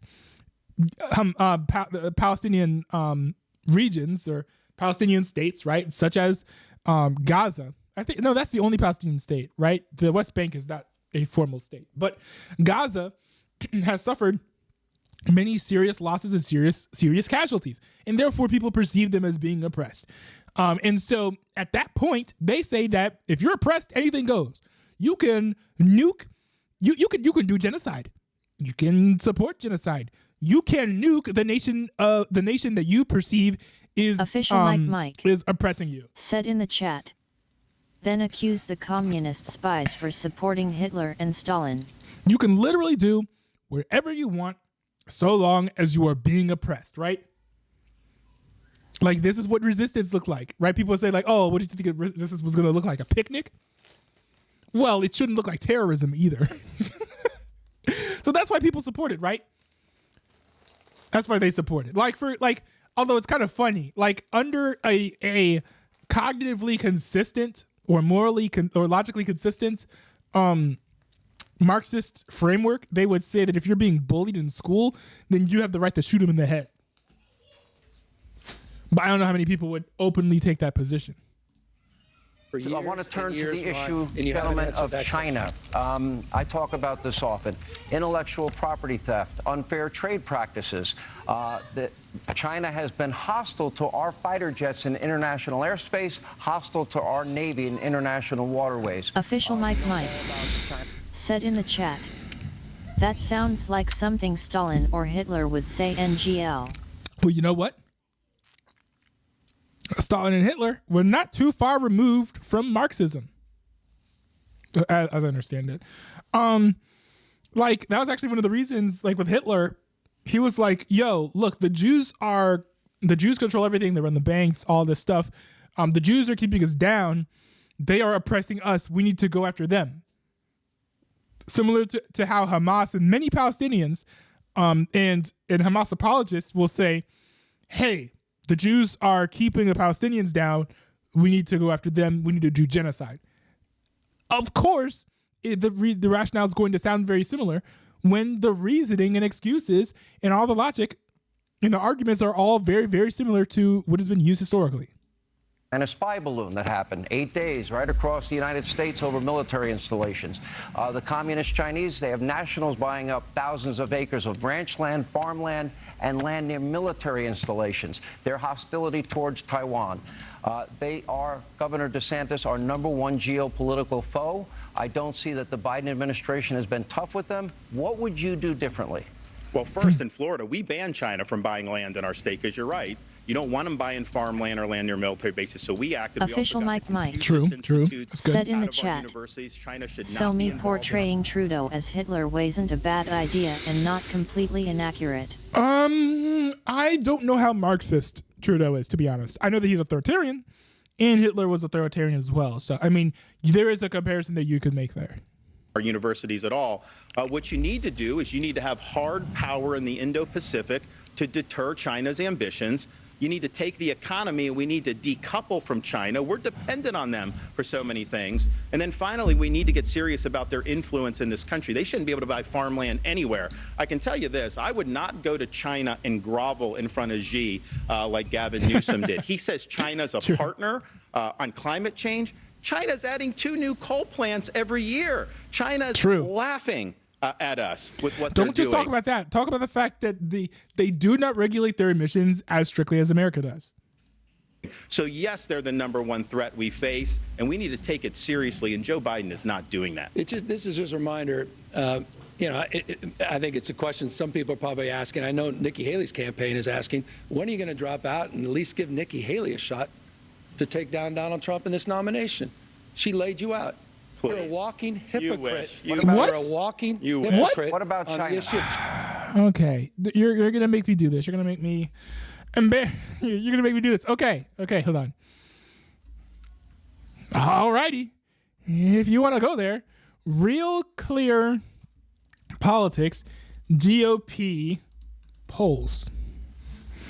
And this episode of Hannity aired. China, this is the guy that was looking. This episode of Hannity aired.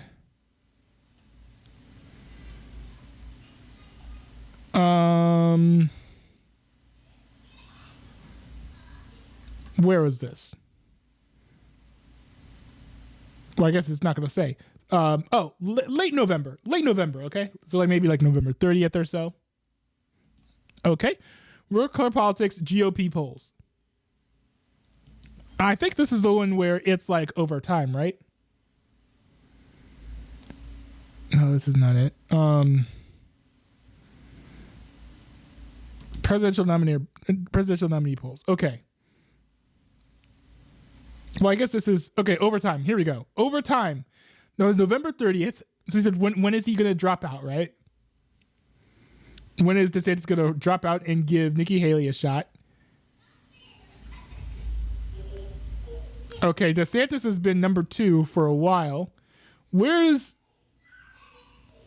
don't know where. Let's do 3 months, okay? So we're talking about like right here, maybe. Where is Nikki Haley? Nikki Haley is in the red. Nikki Haley has been like at or under like 10%. Nikki Haley is below DeSantis. When are you going to give Nikki Haley a shot? Nikki Haley went above DeSantis like maybe once in like the middle of December and then promptly went back down. DeSantis doesn't need to give Nikki Haley a shot. Nikki Haley needs to drop out and give DeSantis a shot. For direct foreign trade from China was doing trade shows. That is open false. up an awesome. That's already been debunked. And you talk about the liberal fact checkers. Even the liberal fact checkers Donald did Trump that. himself today called you Red Ron for a reason because of your complete hypocrisy. No. All right, we're almost out of time. You can't be like, oh, Trump hit you on this thing. Trump is running for president as well. He's going to, of course, he's going to criticize the people who are running against him. A big game. I confronted Xi on the issue of fentanyl, Ron. I confronted them on human rights. You didn't. I absolutely did with the foreign minister and the vice president and other leaders in China. You talk a big game. I mean, at least it was bad optics, but at least Joe Biden called Xi Jinping a dictator to his face.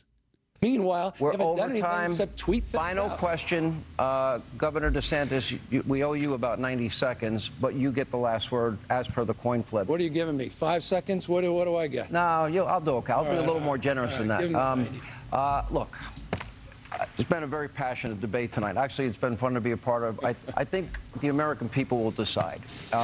Governing philosophies could not be more different. But let me ask you this. Kind of a fun question. You both clearly love your states. You visited each other's state. Governor DeSantis, you can take as much time as you want. You have an extra 90 seconds. What is your favorite thing about the state of California? And I'd give him 5 minutes for this. Go right ahead. That's a good question. All right, we'll stay longer. 5 minutes, Governor. When I got orders as a Navy lieutenant to go to Naval Amphibious Base Coronado, I had not spent any real time in California in my life.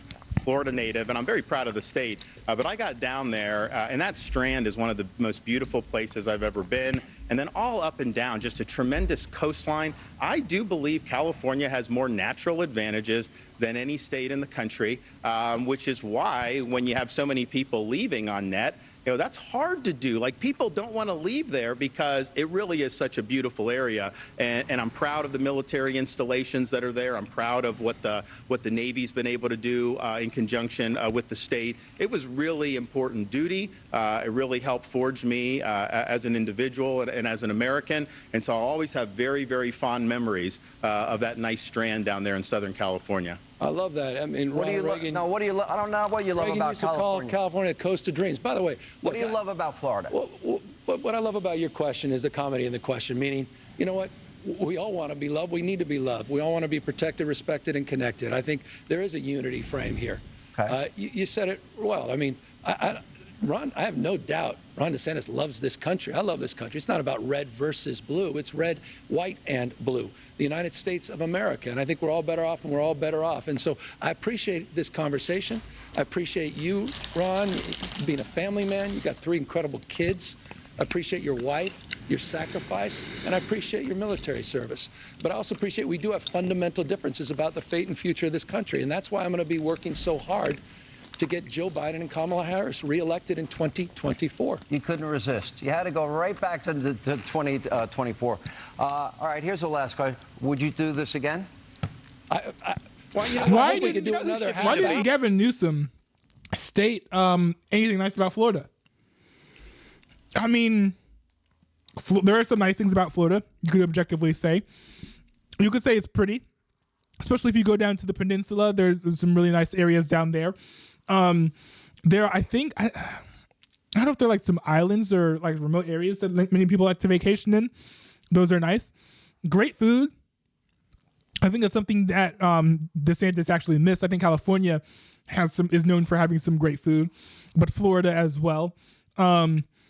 Also, if you're a party person, lots of fun places to party at in Florida, right? Like it's a very popular place for teenagers and young adults to go party during spring break. And frankly, there's a reason for that. So you can make arguments in favor of like what's nice about Florida too. I think it's a bit odd that Newsom decided not to do that. 24. You couldn't resist. You had to go right back to 20. So what the heck was that like smile thing that DeSantis did? It's so odd. What was that? All right, here's the last question. Would you do this again?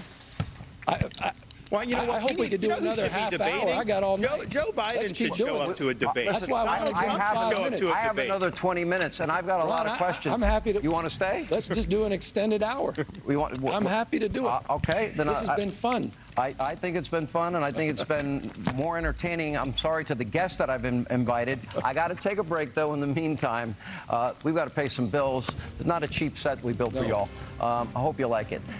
Courtesy of your favorite channel, Fox News, and you do admit you watch often.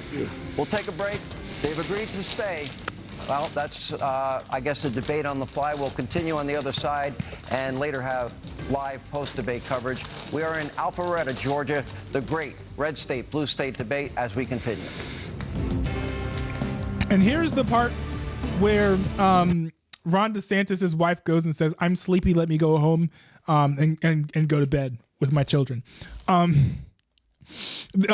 Yeah, that's rumor has it that's what she said. Ask any veteran.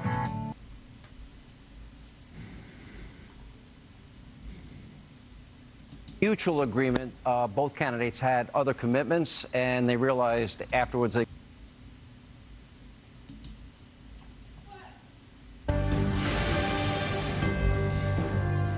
All right, welcome back to Hannity, a red state, blue state debate. By mutual agreement, both candidates had other commitments, and they realized afterwards they couldn't stay longer, but we appreciate them all being here tonight. Okay, What did you think about it? Is there a winner, loser, winners, losers? You get to react.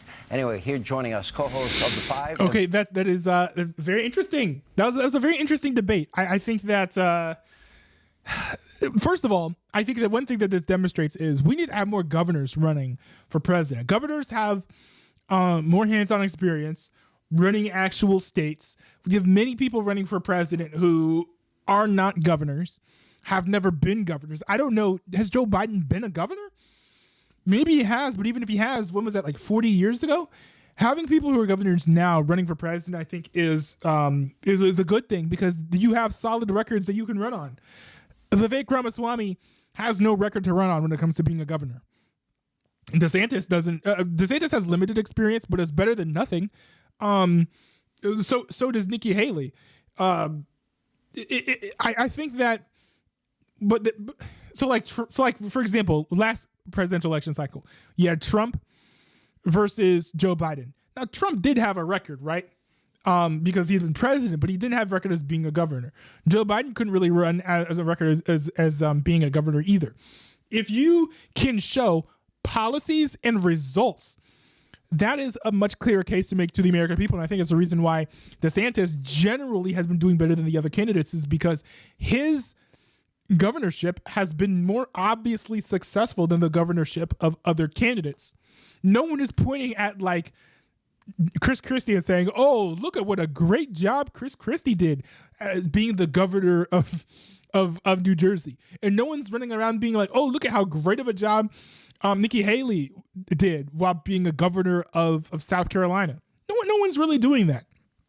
So I do think that this does show that if you can debate between governors, you can go and compare the records, and you can just objectively see who is doing a better job at running their state.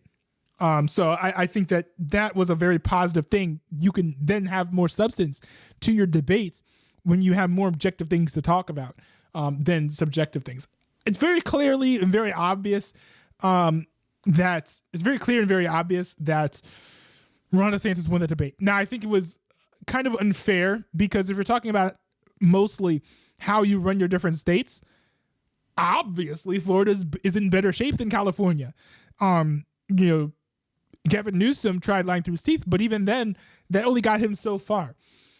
It's very hard to defend the state of California when you're trying to make it seem like when you're comparing it to Florida. Florida's just clearly a better state. It might have been a little bit fairer to compare Florida to another state, but also when you're talking about what the point is, we're taking two very polarizing governors, right? One governor who is relatively far to the left in Gavin Newsom, and then one who is relatively far to the right, which is Ron DeSantis. Now, they're not as far right or as far left as you could possibly get, not by a long shot, but they're relatively far to the left and to the right. So, it is a good sampling of what's better, right? Someone who was staunchly to the left or staunchly to the right. But I do think that they're not necessarily indicative of what life in most American states are like. So very good debate. I thought it was interesting to see the discourse. I think it's unfortunate that Fox News did not have greater availability of the debates in other locations, didn't post more clips on YouTube, didn't post a full debate on YouTube. I couldn't even find an accessible link online for the full debate. I had to DVR it through Hulu with Live TV. So yeah, that's